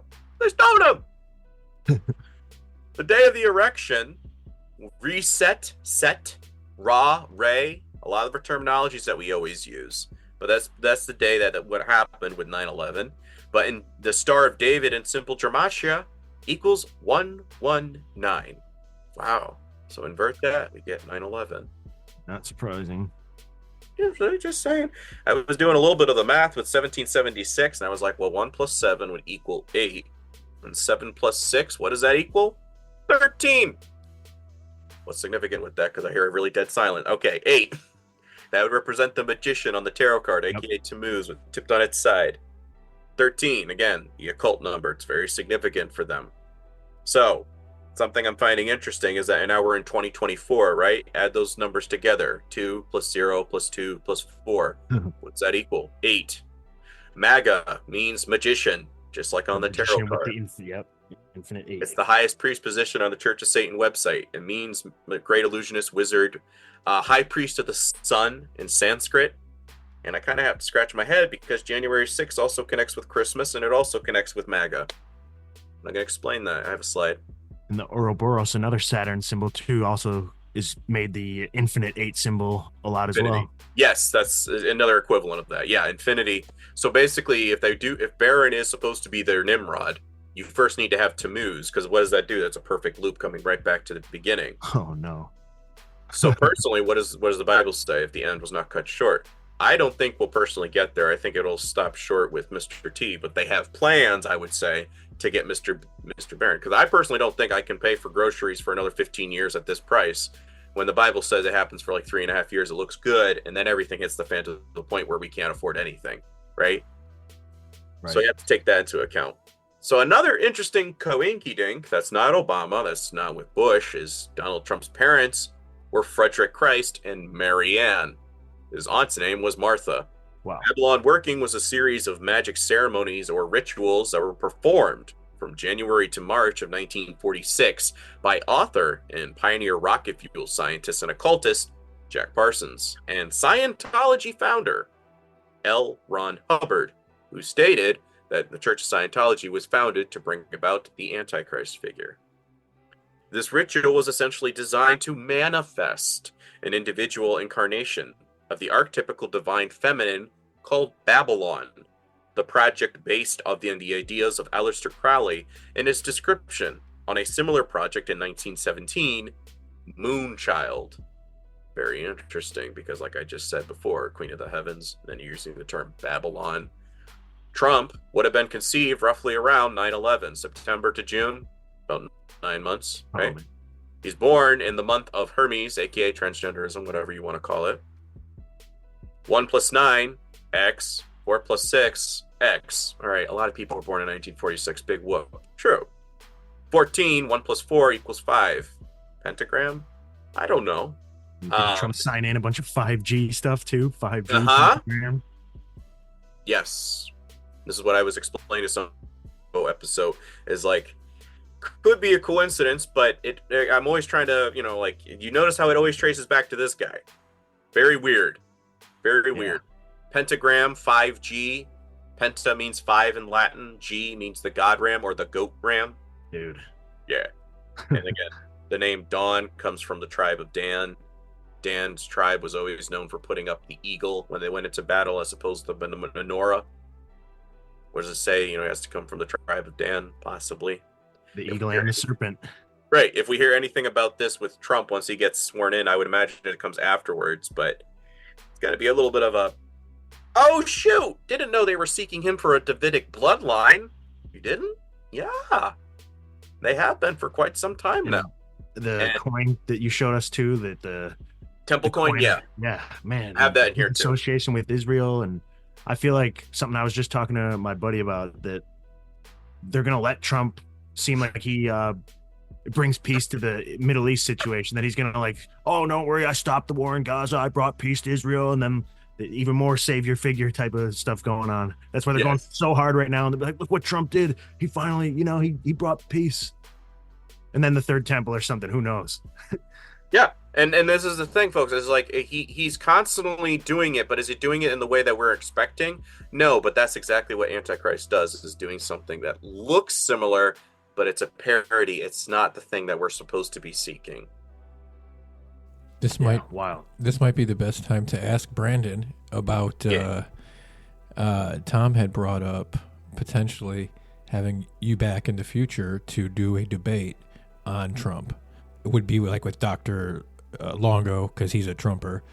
And it wouldn't be... Are you familiar with his work? No. Old World Florida. So he's got his own spin. He's a hardcore Christian and conspiracy theorist, and like old world, like Tartaria type of... He's far out for sure. You guys have definitely a lot of similarities, but definitely completely opposite when it comes to Trump. When it comes to Trump. Of course it would be, we'd moderate it. It wouldn't be, there would be no attacks personally, it'd be friendly. It would just be all about, the ideas. So, but yeah, I just ask him some questions on blasphemy basics, but it would be I'm just saying, you could be an ostrich and put your head in the sand, but at a certain point you have to go, why is he called the Prince of Peace on his menorah award?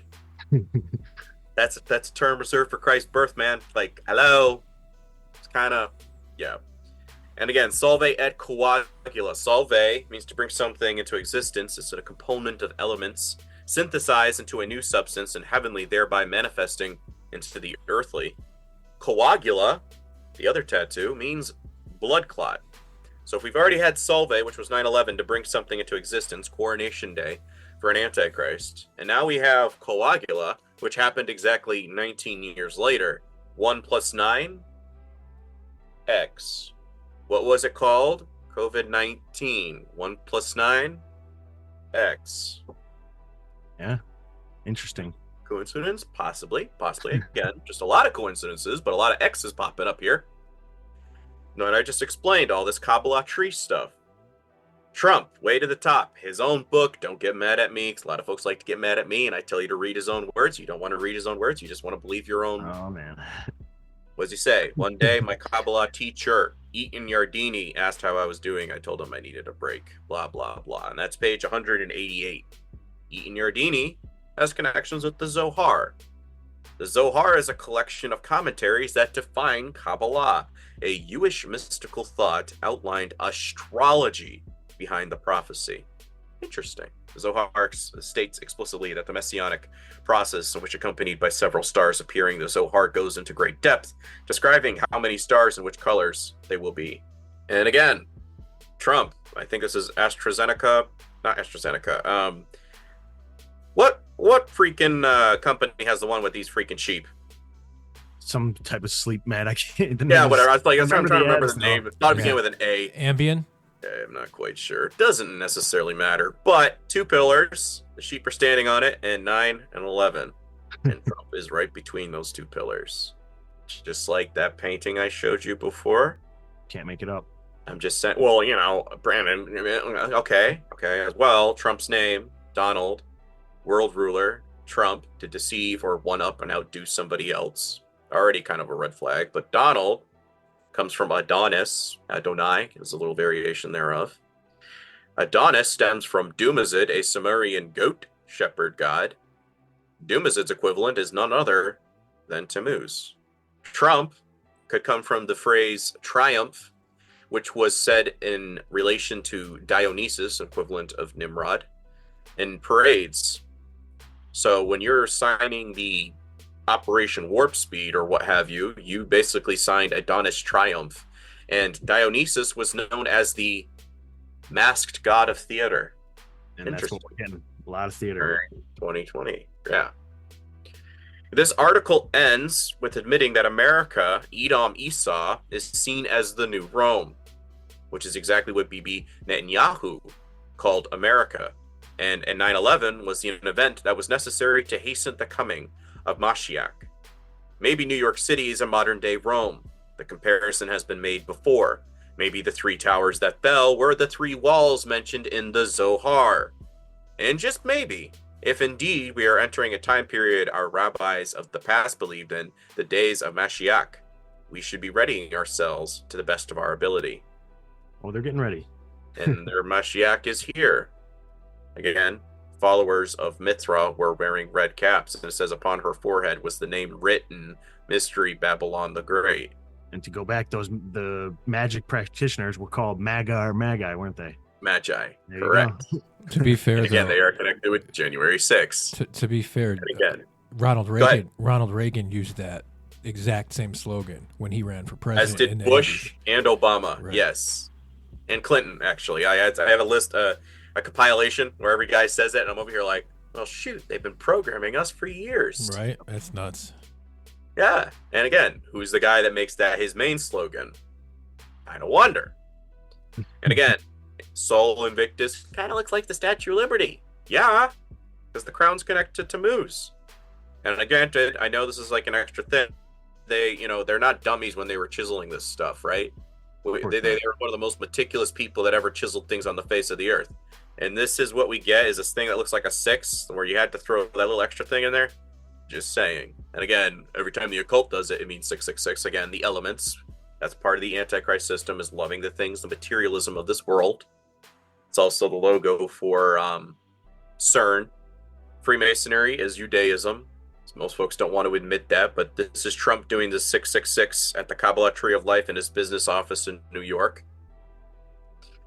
Transactions from the Jewish Historical Society. The coat of arms used by the Grand Lodge of England is entirely composed of the Jewish symbols. The hidden hand of Judah, 1936. The influence of the Jewish Sanhedrin is today more powerful than ever in Freemasonry. Rabbi B.R. Isaac Wise, the Israelite of America from 1866. Masonry is a Jewish institution whose history, degrees, charges, and passwords, and explanations are Jewish from beginning to end. Encyclopedia of Freemasonry. Each lodge is and must be a symbol of the Jewish temple, each master in the chair a representative of the Jewish king, think of Solomon, and every Mason a personification of a Jewish workman. And the Jewish Tribune, in 1927, Masonry is based on Judaism. Eliminate the teachings of Judaism from the Masonic ritual, and what is left. The reason I'm emphasizing this, folks, is why we're there. They're dancing Israelis. We already know the Skull and Bones has connections with Freemasonry, correct? So Here we go. We understand now that there is a coalition of connection here, and this is why the Gentiles are aligned with this. When you see somebody wearing a little red bracelet, like Mr. Tucker Carlson or Ivanka Trump, what is this? Or the Secret Service sniper. Right. It's a Rama, Raha. The harlot in the Jericho that put the little red stripe down there, that's what that represents, is I'll be your harlot. I'll portray the city for you, aka America. Yep. And it's funny how we got all these different names and, theologies and doctrines, cults, all for the same stuff, whether we're talking Masonry or Judaism, Catholicism, Druidism. Yes. It's all Roman Mithraism, all this funny symbolism and, different heads to just simplify it as, oh, these guys are following demons. These guys are serving demons. Right. It all goes back to the same source, and that's what I'm trying to explain to folks, is if you can understand the source and symbolism, then you're not deceived and you're not duped. Because like I said, oh, that's Lucifer. Sol Invictus, spiked crown. Attis, spiked crown. Helios, spiked crown. This is other things you can get all over on the internet. There's a couple of different websites and whatnot. You can travel over there if you've got the money. It looks just like this character. Let's see. So, have you guys ever seen what happened after 9/11? No, not particularly. Yeah, I don't know. I don't think so. Remember, what Kabbalah 101? I'm kind of even wondering now because I have a thing called 101 Krollology 101, so I kind of have to wonder now. But 2 towers equal 1 and 1, and they came down. But what was happening in between? The 0, the all-seeing eye. Look at this prayer ceremony. Did you know that there was a ceremony featuring the all-seeing eye conducted on the live television broadcast for the 1-year anniversary of 9/11? Is the mayor of New York, Michael Bloomberg. Again today, we are a nation that mourns. Again today, we take into our hearts and minds those who perished on this site 1 year ago, and also those who came to toil in the rubble to bring order out of chaos, and those who throughout these 12 months have struggled to help us make sense of our despair. Now we join with our fellow Americans in a minute of silence, led by President George W. Bush from the South Lawn of the White House in Washington. Notice the all-seeing eye? Yep. That's correct. What did I tell you? Who's the figure that brings that about? Hermes, Tammuz. And everybody's like, well, what about Barron Trump? He didn't come around until 2003. So this had to be for somebody that was there. Remember, the towers were constructed in 68. They fell exactly 33 years later. Trump happened to be 55 when 9/11 occurred. 5 plus 5? X. Yep. So is this his coronation day? He hung out around this area very frequently after it went down. Helios, another known for New York, pretty much. Yeah, pretty much. That's what I'm telling folks. That's mystery. And again, Helios, one of those spike crown guys, likely a reflection of the Egyptian sun god Ra, Re, Thoth, bark, body of the sky of Nut, and was reborn at dawn every morning anew with the gods, were known as the all-seeing in Helios's case. Again, reborn every morning. In Ezekiel chapter 8, it's talking about a ceremony to a sun god, and the priests were turning their backs to the west and facing the east. And what were they doing? They were worshiping the sun god Tammuz, the all-seeing sun god. It's in the Bible. It's not somebody I'm just making up. It's there. Just have to understand the symbolism, and you see what they're trying to establish today. Thoth, whatever you want to call him. Look at this on Aleister Crowley's deck for tarot. The same symbol as the magician on the tarot card. Yep. And again, you see it on our money. You see it in ancient Egypt. It's still there. Horus, the all-seeing eye. Thoth, Ra, Horus, Helios. Call him what you will. It's the same guy. You have a lot of etymology going on because after Babel, what do they have? We can't speak the same language, but we have sign language. We have symbolism language. That's how we'll communicate. And eventually we'll reunite. Tower of Babel 2.0. In the wake of 9/11, again, the Roman numerals looks like this. The hexagon, which is the representation of a 3D cube. The Templar Masonic Saturn, Satan, was assigned to the color black in the outer sphere. The 2 inverted black cubes of the 9/11 memorial resemble a variation of black Saturn Satan cube worship of the World Trade Center once stood. Below, angled, the view of the black cube resembles a Freemasonry symbol of the compass and square. Yep, they couldn't leave that one out.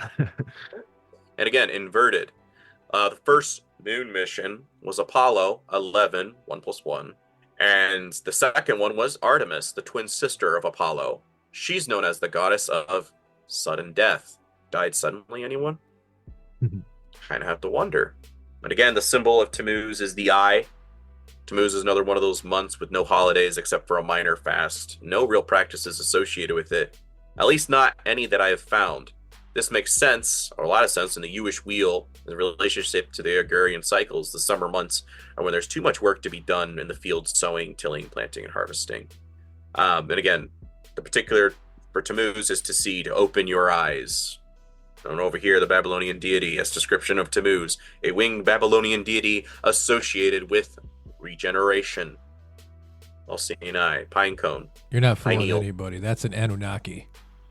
Anunnaki. Well, again, this is what people see. They have a symbiotic relationship with these Anunnaki. This is what Nimrod's family believes. This is why the occult still do this to this day. This is why they get their gifts in Hollywood. Remember what I explained before with the trees and soul worship? They believe they have a symbiotic connection to these Anunnaki creatures. Yeah, make them into god-like they're literally related to them. Yeah, it's so crazy how it all connects. Stars of Hollywood, angels were known as star walkers in ancient Hebrew lore. This is where Luke Skywalker gets his connection from. Hollywood Walk of Fame with stars on it. Trump has his name there. Billy Graham has his name there. The astronauts from the moon landing are there. Huh. And they're all shaped Paramount like or the movie company with the stars coming up over the mountain Paramount. or whatever. Yeah. And then iPhone, again, why they cover up their eyes, known as a Faustian bargain eye, where you sell your soul to the devil for a temporary moment of existence and bliss. That's the premise of the play. Odin cutting out his eye for knowledge. For wisdom, yes, exactly. iPhone, Iris, again, when you give for knowledge. When you say, hey Siri, spell that backwards, Iris. Right. You consulting a god? I don't know. Maybe Osiris. Right, Osiris, that's another variation where you abbreviate. Yeah, exactly.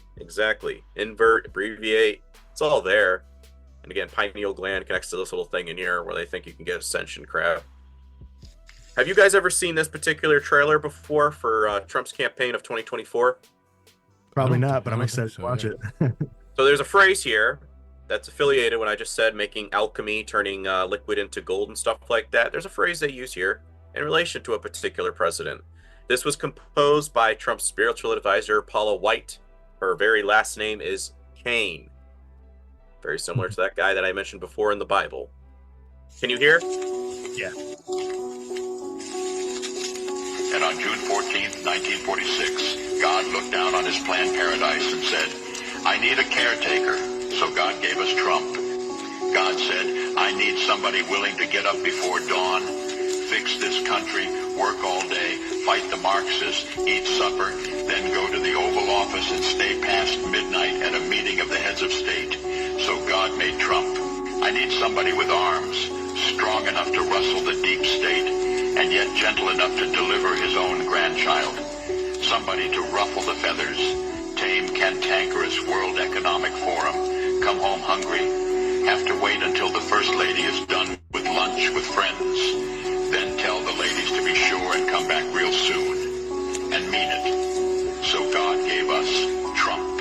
I need somebody who can shape an axe, but wield a sword, who had the courage to step foot in North Korea, who can make money from the tar of the sand, turn liquid to gold, who understands the difference between tariffs and inflation, will finish his 40-hour week by Tuesday noon, but then put in another 72 hours.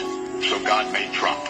God had to have somebody willing to go into the den of vipers, call out the fake news for their tongues as sharp as a serpent's. The poison of vipers is on their lips, and yet stop. So God made Trump. God said, I need somebody who will be strong and courageous, who will not be afraid or terrified of the wolves when they attack, a man who cares for the flock, a shepherd to mankind who won't ever leave nor forsake them. I need the most diligent worker to follow the path and remain strong in faith and know the belief of God and country, somebody who's willing to drill, bring back manufacturing and American jobs, farm the lands, secure our borders, build our military, fight the system all day, and finish a hard week's work by attending church on Sunday. And then his oldest son turns and says, Dad, let's make America great again. Dad, let's build back a country to be the envy of the world again. So God made Trump. I was like, I've heard that before, actually. make money from the tar of the sand, liquid to gold, like Hermes, originator of currency, materialism thinking. I'm like, and then you shepherd unto mankind. What did I tell you? His name is a variation of Dumazid, a Sumerian goat shepherd god, just like Baphomet, just like Tammuz. And you're affiliating it with him. What does Christ say? I'm going to separate on Judgment Day the sheep from the goats. Trump's the greatest of all time, goat. Oh, man. Trump's affiliated with a white horse. This is a bunch of articles from all over. Behold, a white horse, and he sat on him and had a bow and a crown, a corona, was given unto him, and he went forth conquering and to conquer. Revelation 6:2. He also has a spa with 666 of the logos. And isn't there some sort of prophecy, although it might be Islamic prophecy, I'm not sure, that the Dajjal or the Antichrist or something will recover from a head wound or something, and then finally everyone will accept him. Yeah. And he just got shot in the ear, allegedly. And everybody's like, oh, yeah, again, I'm going to break down that verse because I brought it up because a lot of folks are crying, that was an immortal wound. I did AI generator. I said 2024 election results, something else, and then vice president. I didn't type in anything with Trump's name. I didn't type in anything about horses. This is what AI generator popped up for me. 4 horses over the White House with a dragon in the background. Creepy.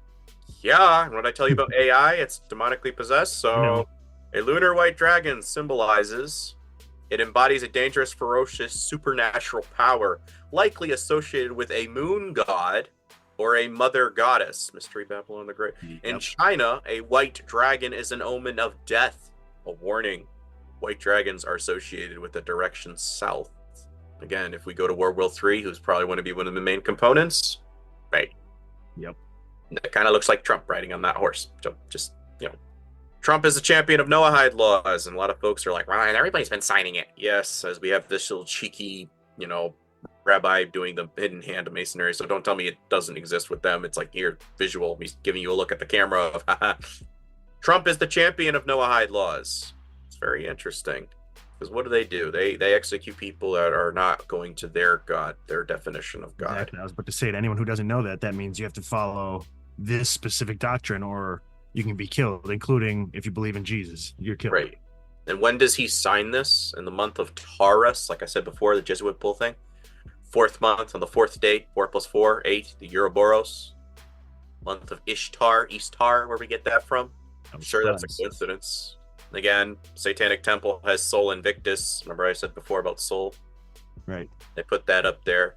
So, again, they know what they're talking about. So this Sol Invictus, this Baphomet character, this savior figure is connected with Sol, sun god worship. Christmas trees, just to give a confirmation of what you've been asking, and also January 6th. Let's throw this in here. Christmas tree. The old pagan custom of bringing a living tree indoors in the middle of the dark months of the year and decorating it with candles and trinkets was introduced to Britain by Prince Albert, the husband of Queen Victoria. The idea rapidly caught on, bringing evergreen vegetation in the form of trees, boughs, and branches from the outside to the inside was a magical ritual, a piece of sympathetic magic, meant to encourage the return of spring and the growing season. The timing and the entrance of the exit of the tree was critical. Any time before Christmas Eve was too soon for the tree to come inside, and all decorations had to be taken down and the tree removed by the 12th night, January 6th. This tradition, however, does not seem to signify for the department stores who store or who start to display artificial Christmas trees from September onwards. January 6th, right? That was the day, the epiphany of John the Baptist. Look in the Catholic Church that Christ was allegedly baptized by John the Baptist. It also was the day, allegedly, that Christ was visited by the Magi as an adolescent. The root word for Magi? MAGA. Coincidence, surely.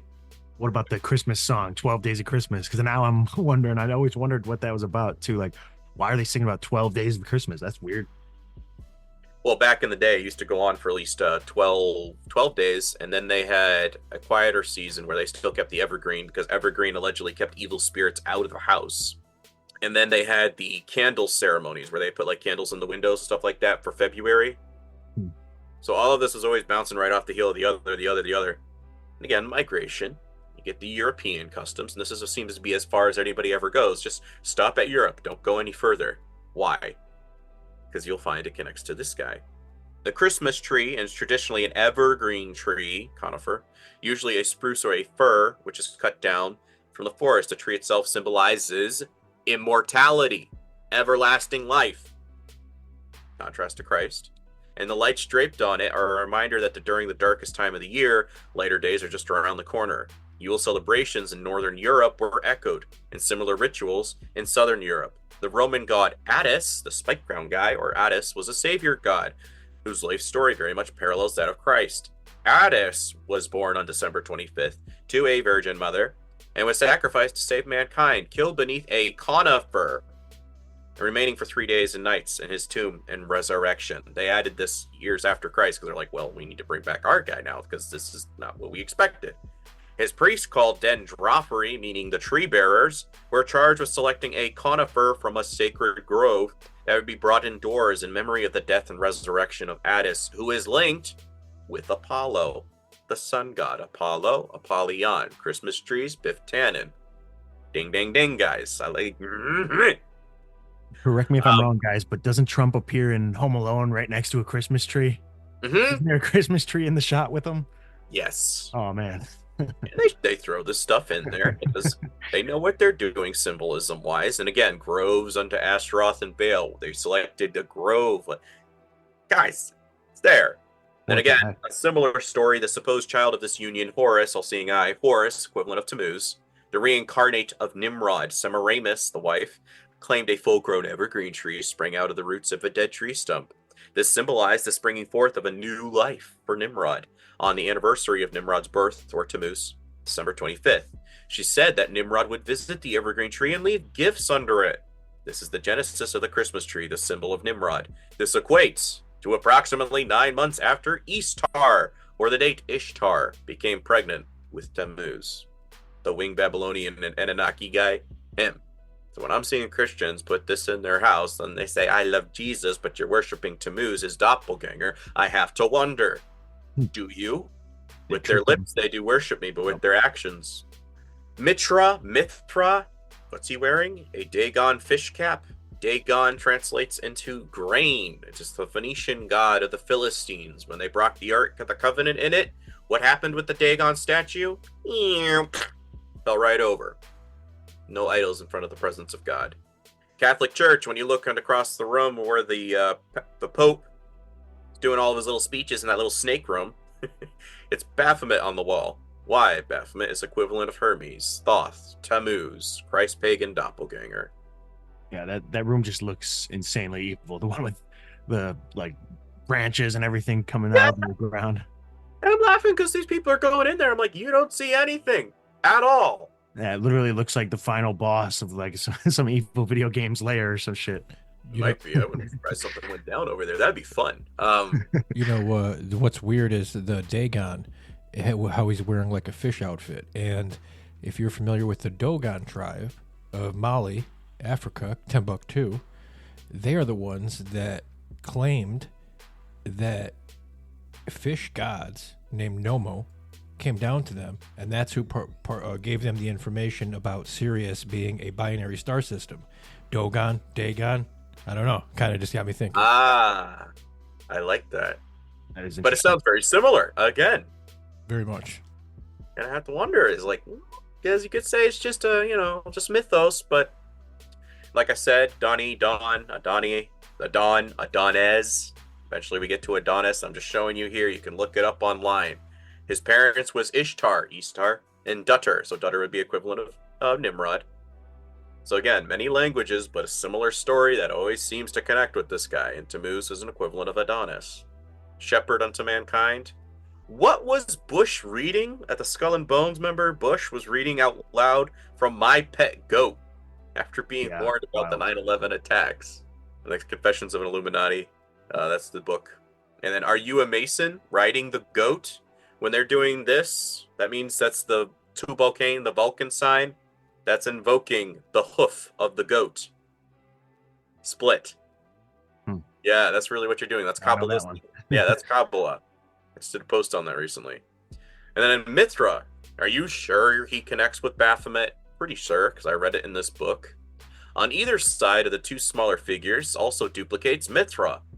One holds a torch upwards, like Statue of Liberty, and the other in the torch in reverse. The data force of the torchbearers represents the powers of life and death, of waking and waning, of spring and autumn, of ascent and descent.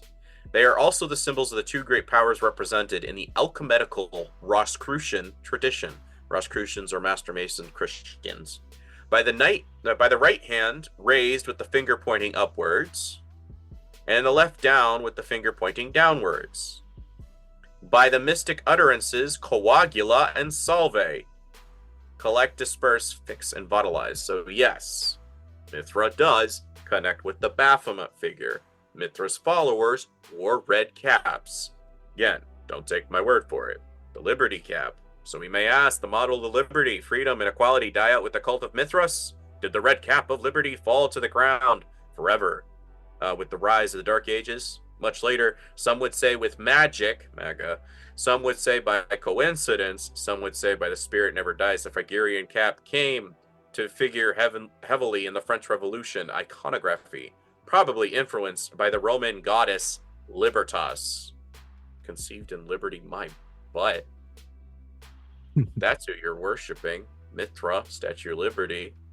Like I said, Space Force was signed by this guy. Kind of knows a little halo thing they got going on here. And what is Space Force when you put the cap upside down? Hermes, Baphomet, Troth, aka Trump. That's the GOAT. 9/11. This is his social media. You can pull up his Instagram if you want right now. 9 stars, 11, 2 stripes. Armageddon, MAGA Red Dawn. That's hilarious. Never seen that one.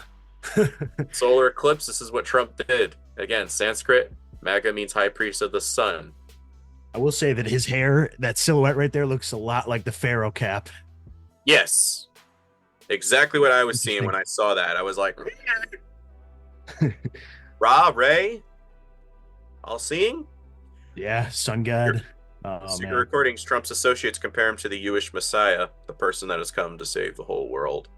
Corona, spiked crown, Mithra, it's a sun god, probably the god of kings. Pentagram, again, you can find sigil of Astaroth. Astaroth, like we have all these movies from Marvel, especially with time travel, especially like Back to the Future. Pentagram would connect with Astaroth in the Bible, and magic and time magic. And they're always after some sort of cube, it seems. A big theme, and they're always after some type of cube artifact. It's like Baldur's Gate 3. Yes. Great game, by the way. Yes. Again, this is always the plot, and they subtly put it in our heads and in our psyche. So when someone confronts you with, you know what that actually represents, they're going, no, it doesn't. That's just entertainment. Exactly. Oh, no, it's not like that. That's just in the movies. Right. And that's kind of where I'm like, this is where I'm dealing with the culture, where it's like, you know, I understand the number thing sounds kind of weird. I get it. But when there's this many, come on. You think the cult just went underground completely? No, they like flirting with us. They like telling us what they're going to do to us. But you just don't want to believe it. And again, grows under Astaroth and Baal. Again, Hollywood, Astaroth, notice the pentagrams. Come on, guys. I could be wrong, but again, Star Spangled Banner. Did you know that we based that off of the Drunkard's Ballad? That's the tune that we put it to. No. Yeah, the Drunkard's Ballad. It was a sailor's ballad. Oh, but again, they just put the tune to the lyrics of what Scott's friend Key wrote, and it's alleged that he might have been part of a lodge from the Concordia Lodge number 13 in Maryland. Baltimore Bridge. Notice Candace Owens, when she recently just got kicked out of the Daily Wire, what I tell you about walking between the two pillars, it represents harmony. Come on. What you doing, Candace? I think she's still part of the club. Huh? Oh, she's big time. Her father-in-law is part of a anti-Jewish defamation thing and Christian Jewish defamation thing in England. And then her husband is the youngest member to be the leader or the orchestrator of the Treasury for the Black and White Ball, which connects with Rothschilds back in the 60s, I think is when the first one opened up. And that's her husband. So I'm over here going, you're very controlled, my dear. Just shut up. Of course. Just make it seem like there's an opponent. Right. Right, or, you know, so they'll buy some of your stuff, or we can sift out who's your followers, and then we can find them easy, you know what I'm saying? Yep. It's all statistics and data of gullibility and finding out who does what and who sympathizes with whom. Again, statue of Apollyon.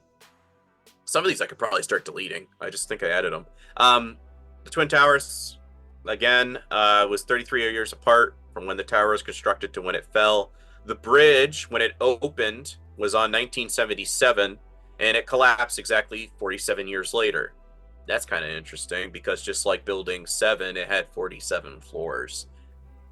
And whoever wins this presidency will be the 47th president. Oh yeah, I have a slide on that. I have a slide on that. Again, just showing some visuals, and they have some stuff here with the Simpsons, of course, as per usual. I'm laughing because people are saying that, oh, they lost control, and I'm over here, watch the video. Just go straight into it. Yeah, lights are on. So that's, you have to flick a light on. That's control.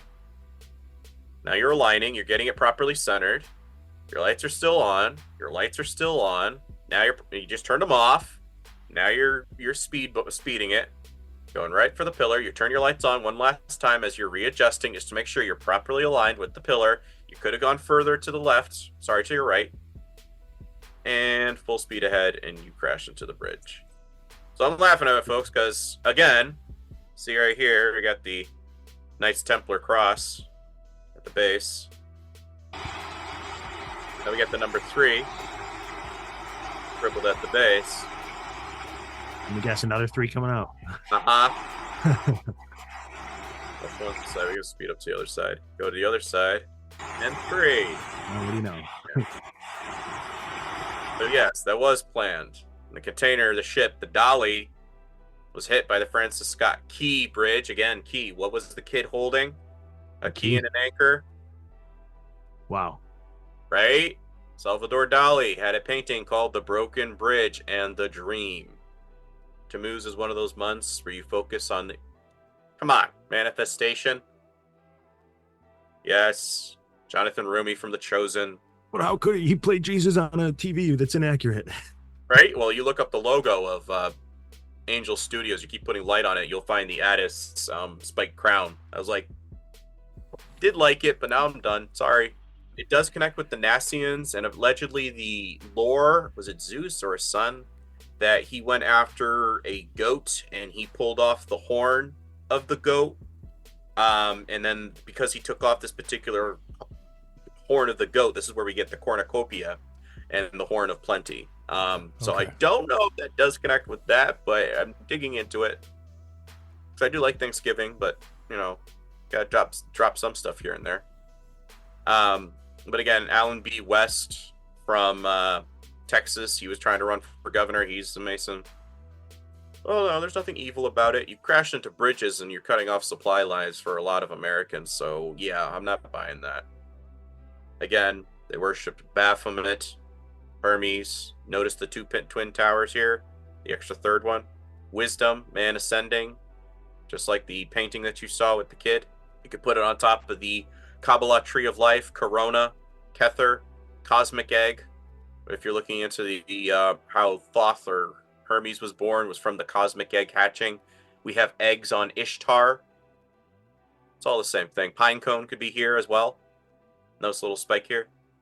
Yeah. I feel like it's worth noting too that Trump is always the orange man too, and orange is a big Masonic symbolism color. Like there's a Masonic order in Northern Ireland called the Orange Order, and their whole thing is to keep Northern Ireland part of, you know, the UK. And I've got some theories on why they think that that's like some holy land associated with giants and stuff, but that's beside the point. But it's funny that he's the orange man, and that's considered a highly Masonic color as well.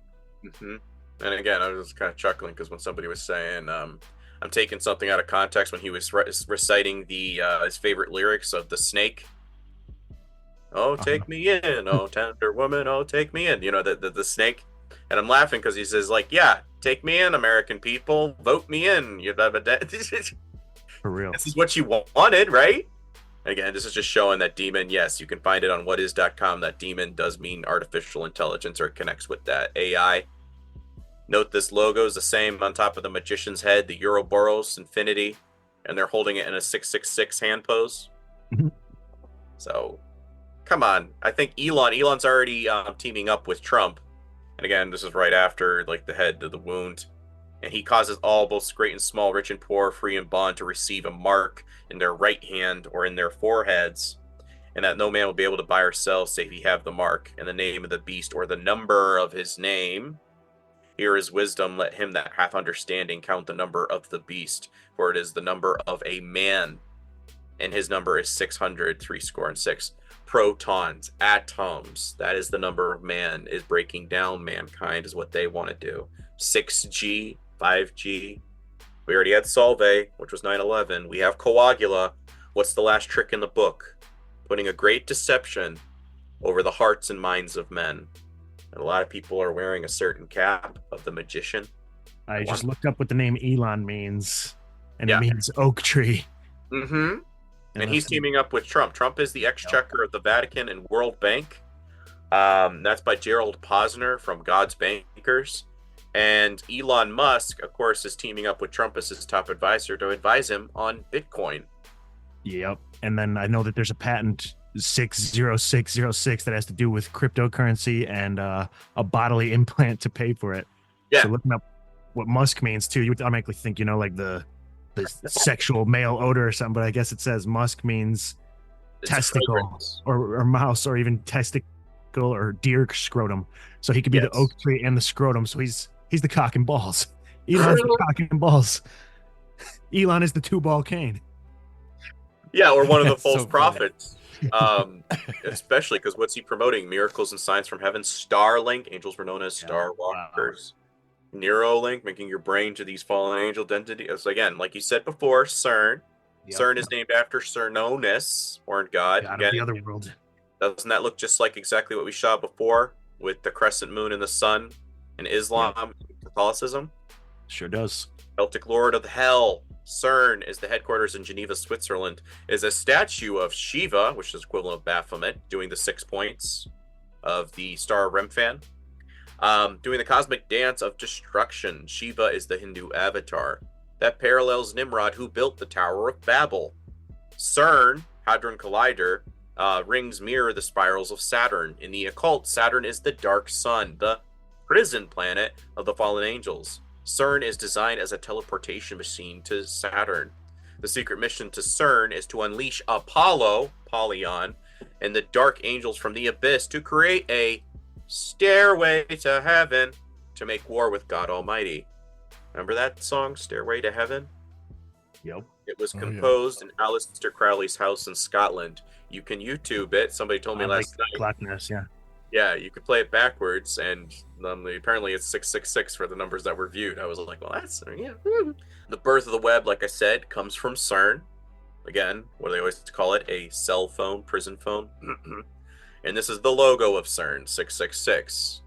Again, merging man with the extra Helios we got from the magic juice, thanks to Mr. T, who is the father of the vaccine. Yeah, come on.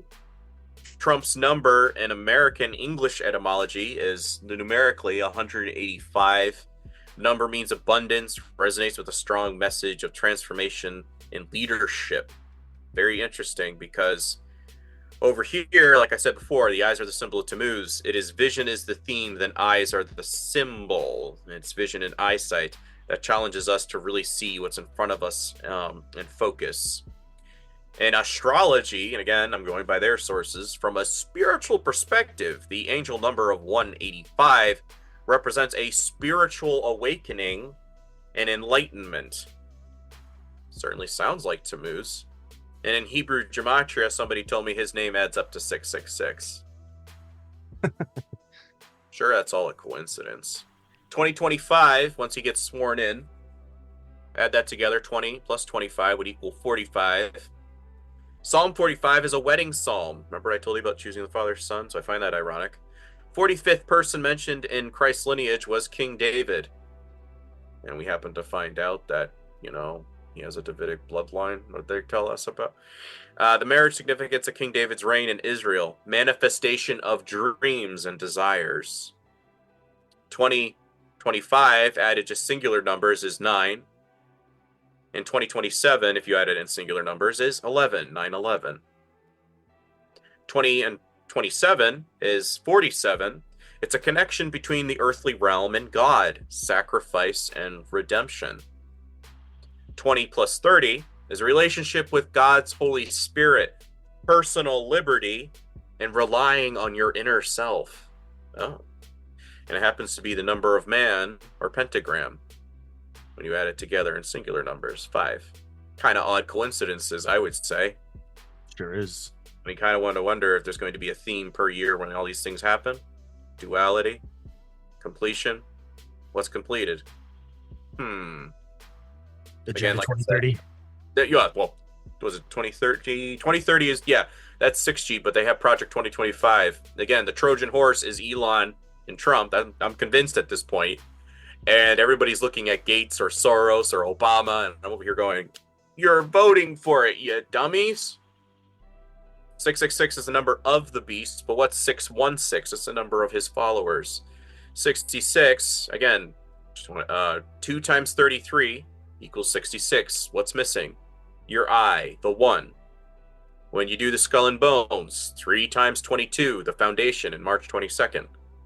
What is that? 3 times 22, 66. What's missing? Your God potential, the 1, the eye. This is what they have believed in.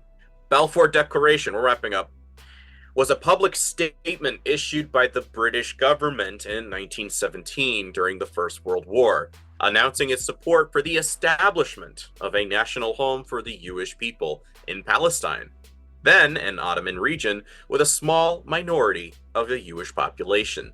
The declaration was contained in a letter dated November 2nd of 1917 from the United Kingdom's Foreign Secretary author Arthur Balfour to Lord Rothschild, a leader of the British Jewish community, and the transition to a Zionist federation of Great Britain and Ireland. The text of the declaration was published in the press on 9/11, 1917.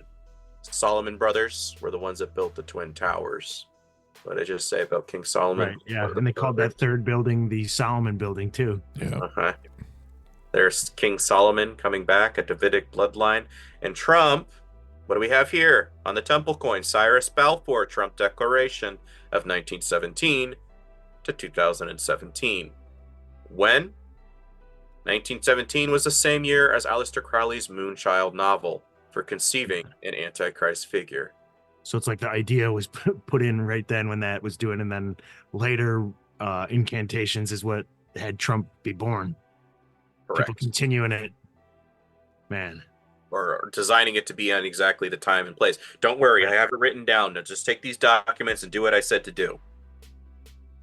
Saying, again, earthly Israel requires a physical temple, the third temple. Ecclesia lets the Holy Spirit indwell us as his temple. So we are the new people. We are the new Israel. Because it's no longer a physical. We are now destined for celestial. We don't have to worry about the things of this world. Again, they were already stating, the guy that was formerly in this Jewish community and understood all this stuff that's going on behind the scenes, he even said that when, the American boots ground over in Palestine, that's when World War III is going to kick off. Also fulfilling with Albert Pike, who predicted both world wars exactly, and the Third World War would eliminate both atheism and Christianity. Why? Because in the very wake of that, what do you need? The Anunnaki come to help fulfill it all. And they'll explain where we've been getting it wrong. In the meantime, we just slaughtered a whole bunch of Christians that were causing problems with their conspiracy theories. I could be wrong, but it would make a lot of sense. Too much sense. Again, what does the verse say specifically in Revelation 13:3? One of the heads of the beast seemed to have had a fatal wound. But the fatal wound had not been healed. The whole world was astonished and followed the beast. No blood on his hair. If he tilted his head, he'd be dead. And the next minute you're going, it wasn't a mortal wound. If he tilted his head, he'd be dead. Which one is it? People are making bobbleheads already of this thing. The day of, Kevin Sorbo was selling a t-shirt of this event with Trump doing the fist in the air. Come on. When it was published on TMZ, Tammuz, if you want to go exoteric, Oh, wow. esoteric, it was published on 3/33/01. All-seeing eye. Again, the Illuminati card game. Previously on Q, the shot heard around the world. The Great Awakening, a week to remember. That was published in 2018, but you know how they are. We prophesized it for you guys. Enough is enough. We're going against the establishment. We're going to found a Christian country with Project 2025. You guys want me to do this, right? No? I'm sure you've seen Temu as well, like the alternative to Amazon. Yeah. Like, oh, you can order whatever you want on Temu. Yes, I've seen a shop like Sounds that. a little too close as well. Exactly. Focusing on temporary. And again, I saw one of the heads as if it were wounded, and his deadly wound was healed. And the whole world followed after the beast. But then, and they worshipped the dragon, which had given its power unto the beast. Dragon means Satan. Beast means somebody that's representing him. Come on, guys. And they worship the beast, saying, who is like the beast, unto who is able to make war with him. Who's like Trump? He's the GOAT, the greatest of all time. Everything they throw at him, he defeats. He's going to drain the swamp and redeem the West this time round. Guys, really? It's so blatantly obvious. MAGA, magician, doing the fist. Come on. They're getting tattoos. I joke all the time. I was like, I've watched WWE since I was a little kid. You can't fool me with all this political stuff. It's the same exact thing. I see the exact same, script. Yeah, and it's going live now in politics. And even Anton LaVey says that Masonry or something like that in politics, it's to distract you. It's for the lower initiates. 100%. When was it reported about the shooting? Trump reaches for the side of his ear, and the blood can be seen dripping down the right ear. It was talked about on 6/11, aka 9/11 inverted. 69, or the symbol of Cancer, is July. 1969 is the same year they filmed the Apollo hoax. Apollo, again, remember, sun god, twin sister, Artemis, goddess of sudden death. Coincidence, surely. Come on. Here's another one. Revelation 13, 3-4. When did this happen? 7th month on the 13th day.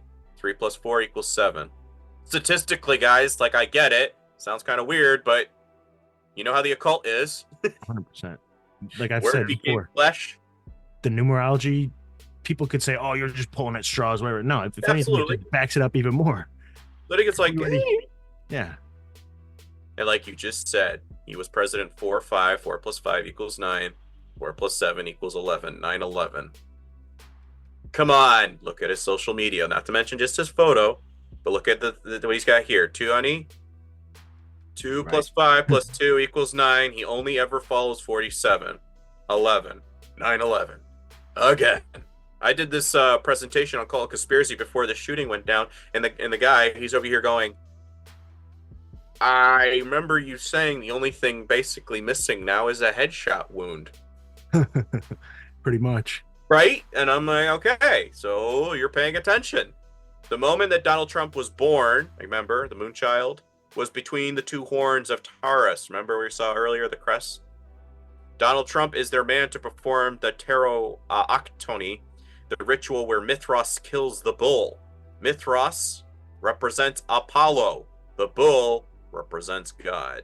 So is Trump going to sacrifice the red heifer in Israel after he brings peace? You have to wonder.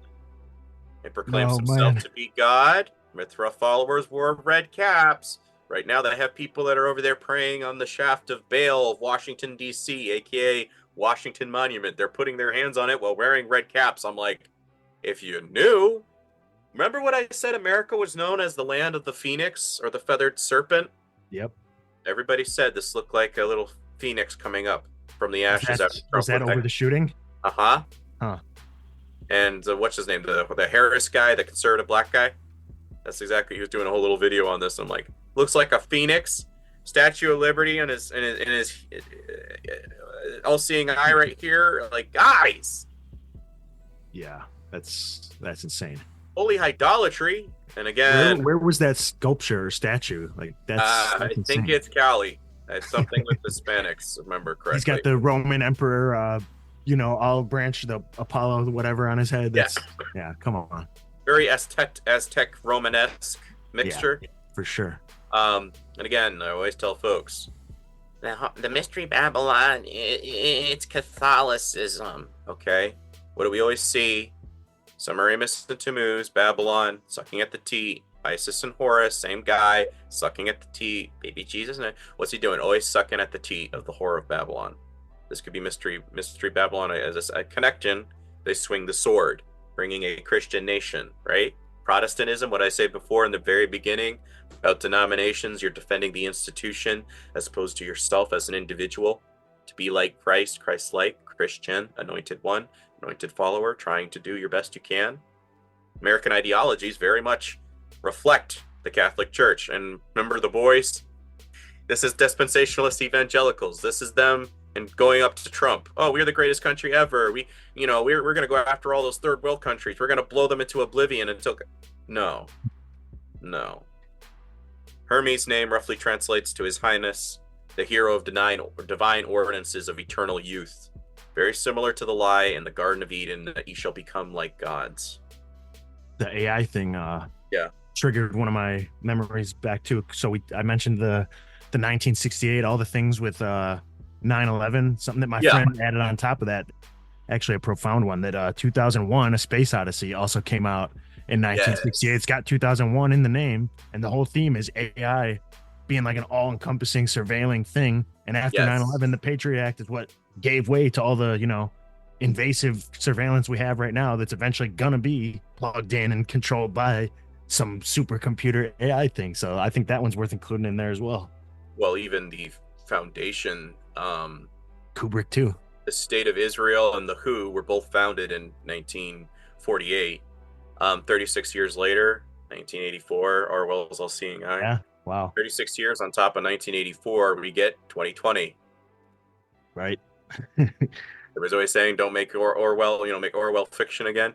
And this is the last thing. The All-Seeing Eye is made of the emeralds-like shade on top of the Israeli Supreme Court, designed by Rothschild.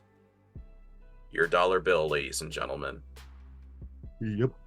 So that's all I got for you, gentlemen. Hope that was explaining everything. No, it's long and lengthy, but trust me, a lot of folks are gravitating towards this topic, especially with what's happened. So it'll probably be a very good share for you guys. Oh yeah, the timing of this was couldn't be more perfect. No doubt. Yeah. I want to ask you real quick. Yes, sir. You obviously are super well researched. I can't even imagine the hours you must have dedicated to your craft. However, what happens if Trump gets elected and nothing kind of happens? Does that doesn't necessarily mean he's not the Antichrist, though? It just means maybe the timeline is a little off, or... Well, as I told folks before, I'm always willing to go back to a drawing board. However, what I have seen thus far, and including the head wound, I'm kind of going, okay. Yeah. As well, I think, because it says for like the first 3.5 years, it's going to be okay. I go off of a 13-month calendar perspective, as opposed to what we see in the Bible of a 3.5 years. For like, we would be like, oh, so that means it has to be exactly 12 months, and this, that. So I always add a little extra leeway. I personally wouldn't see anything going down probably until like 27 or 2028. I could see it. For the first 3.5 years, it looks okay. And then all of a sudden it's, yeah. So that's personally how I'm painting it. Somebody, I just watched a clip. There's a minute of a guy, is a colonel somebody, says, I wouldn't be surprised if by like his second or third year, they sign a national veto where basically it's just a Christian country. Like, that's it. That is the state religion. Again, with Project 2025, he can make that happen with it, like, basically veto. And I'm over here like, again, Christian nationalism with a lot of these evangelicals with Holy Land and, Trump's the champion of Noahide laws. He's already said at a rally it's time to implement the death penalty for anti-Semitism or attacks. For sure. When they're mixing of Zism with that, I can see something within the next 2 or 3 years. It's just like COVID. It's very slow at first, but I'm seeing it already now with the cognitive dissonance of unfollows, with the enmity that's starting to rise with folks. They're equating Christ in the same concept and same veins as with Christ. So I could be wrong. I'm willing to go back to the drawing board, but if they want a new world order by 2030 and all this other stuff I've shown towards you, I don't think we're going to be making it to a 2040 scenario. I personally don't see that. And these are always some of my favorite episodes because even though you and I don't agree on everything, we kept it completely civil, of course. And I can't refute anything of what you said. So it's like, I mean, it is what it is, man. I appreciate it so much. See it as coincidences and a thing to ponder. If more happens, I'd just be like, okay, what else you got? Right. Exactly. That's the way I always tell folks. If I'm wrong, I'm willing to admit it. I voted for Trump twice, as I tell folks. And first time, it was my first time voting. In comparison to Hillary, I was like, Second time, everything in my spirit was just like, you're not supposed to be here. This is not for you. It felt incredibly off. And it felt, now when I see his merchandise, I feel spiritually nauseous. It just, everything inside of me is going, you need to get away from this. This is not normal. I'm with you that I think nothing's gonna happen like overtly right out the gate. They're gonna make it like, oh yeah, look at what he's doing. You know, I really do think he's gonna somehow bring a planned end to the Palestine thing, so people will celebrate him even more. Yeah, and again, he could literally end that really quick, or even a World War III scenario, and then he comes out on top. Oh, don't worry, I'll put an end to a World War III scenario, and then we all get bulldozed into it, freaking. And again, he's not that popular. If everybody dies from miracle juice in a World War III scenario, yeah, he's going to be the top dog standing. Yep. Where can everybody find your stuff? Krollology, right? Yeah, Krollology. Please don't follow if you got thin skin. I'm really getting tired of blocking and removing folks who get cranky. The Krollology, Kroll-ology, Laura_101, and then Mana Daily Podcast on Rumble and YouTube. Yes, and to anyone who may get triggered by some of his content, it's deep as you just listened, and you might have been lost and like, what the heck is going on? So right. Just give it some time and absorb Watch it a couple times. Exactly. Yeah, and if you were just listening to the audio, then definitely go jump over to YouTube, because the visual presentation clarifies it a lot more too. So without a doubt. Yeah. Thanks for doing this again, brother. We appreciate it tremendously. Well, thanks for having me on. Brad and Kroll, part 2. Trump Antichrist confirmed. Man, yeah. See, okay.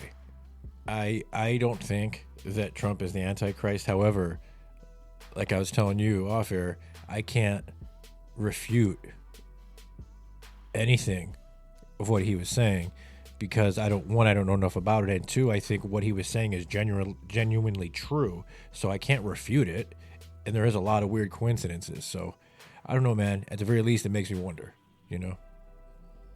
Like I said, I think the numerology fucking backs it up even more. Even though some of it could be a stretch or reverse or this, that, whatever you got to do to like get it. It's the coding, dude. These people are obsessed with numbers, like these cults, the Kabbalah obsessed people, the Masons, the weird esoteric people that love numbers and try to encode it into everything. It's real. Dude, he must have put hundreds of, like, thousands of hours probably into his work, because it's very detailed. It was nice with a slideshow. Yeah, I mean, it's like 84 pages or some shit. 88. I want to get to that level of some presentation stuff on some of the stuff I'm into, be it grappling or history or Celtic warrior Gaelic shit. Yeah, no doubt. That would be cool. What's up on your YouTube channel? I haven't done anything with it yet. I'm stuck in this mode where I'm like preparing, and like it's like paralyzing me moving forward. I'm the kind of person that wants shit to be perfect before it like starts, and that hinders me a lot, because I should just go for it. I know I should, but hopefully soon. I'm trying to get this job. It's annoying, dude. It's annoying, but you're already good with computer and editing and shit. You might as well.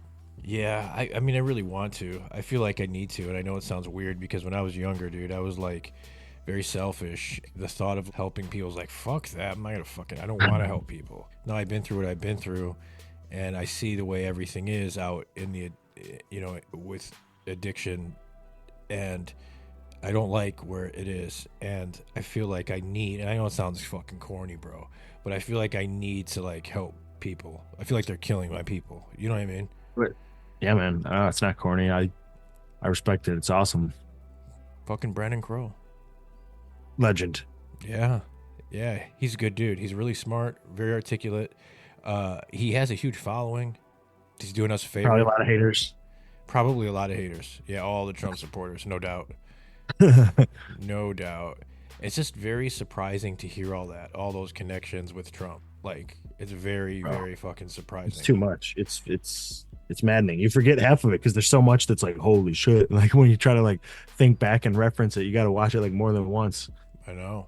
It's Very unusual, bro. But he lays the case out very well. And, you know, it'd be interesting to have somebody who is very well researched. Like, you know, like we suggested with Longo.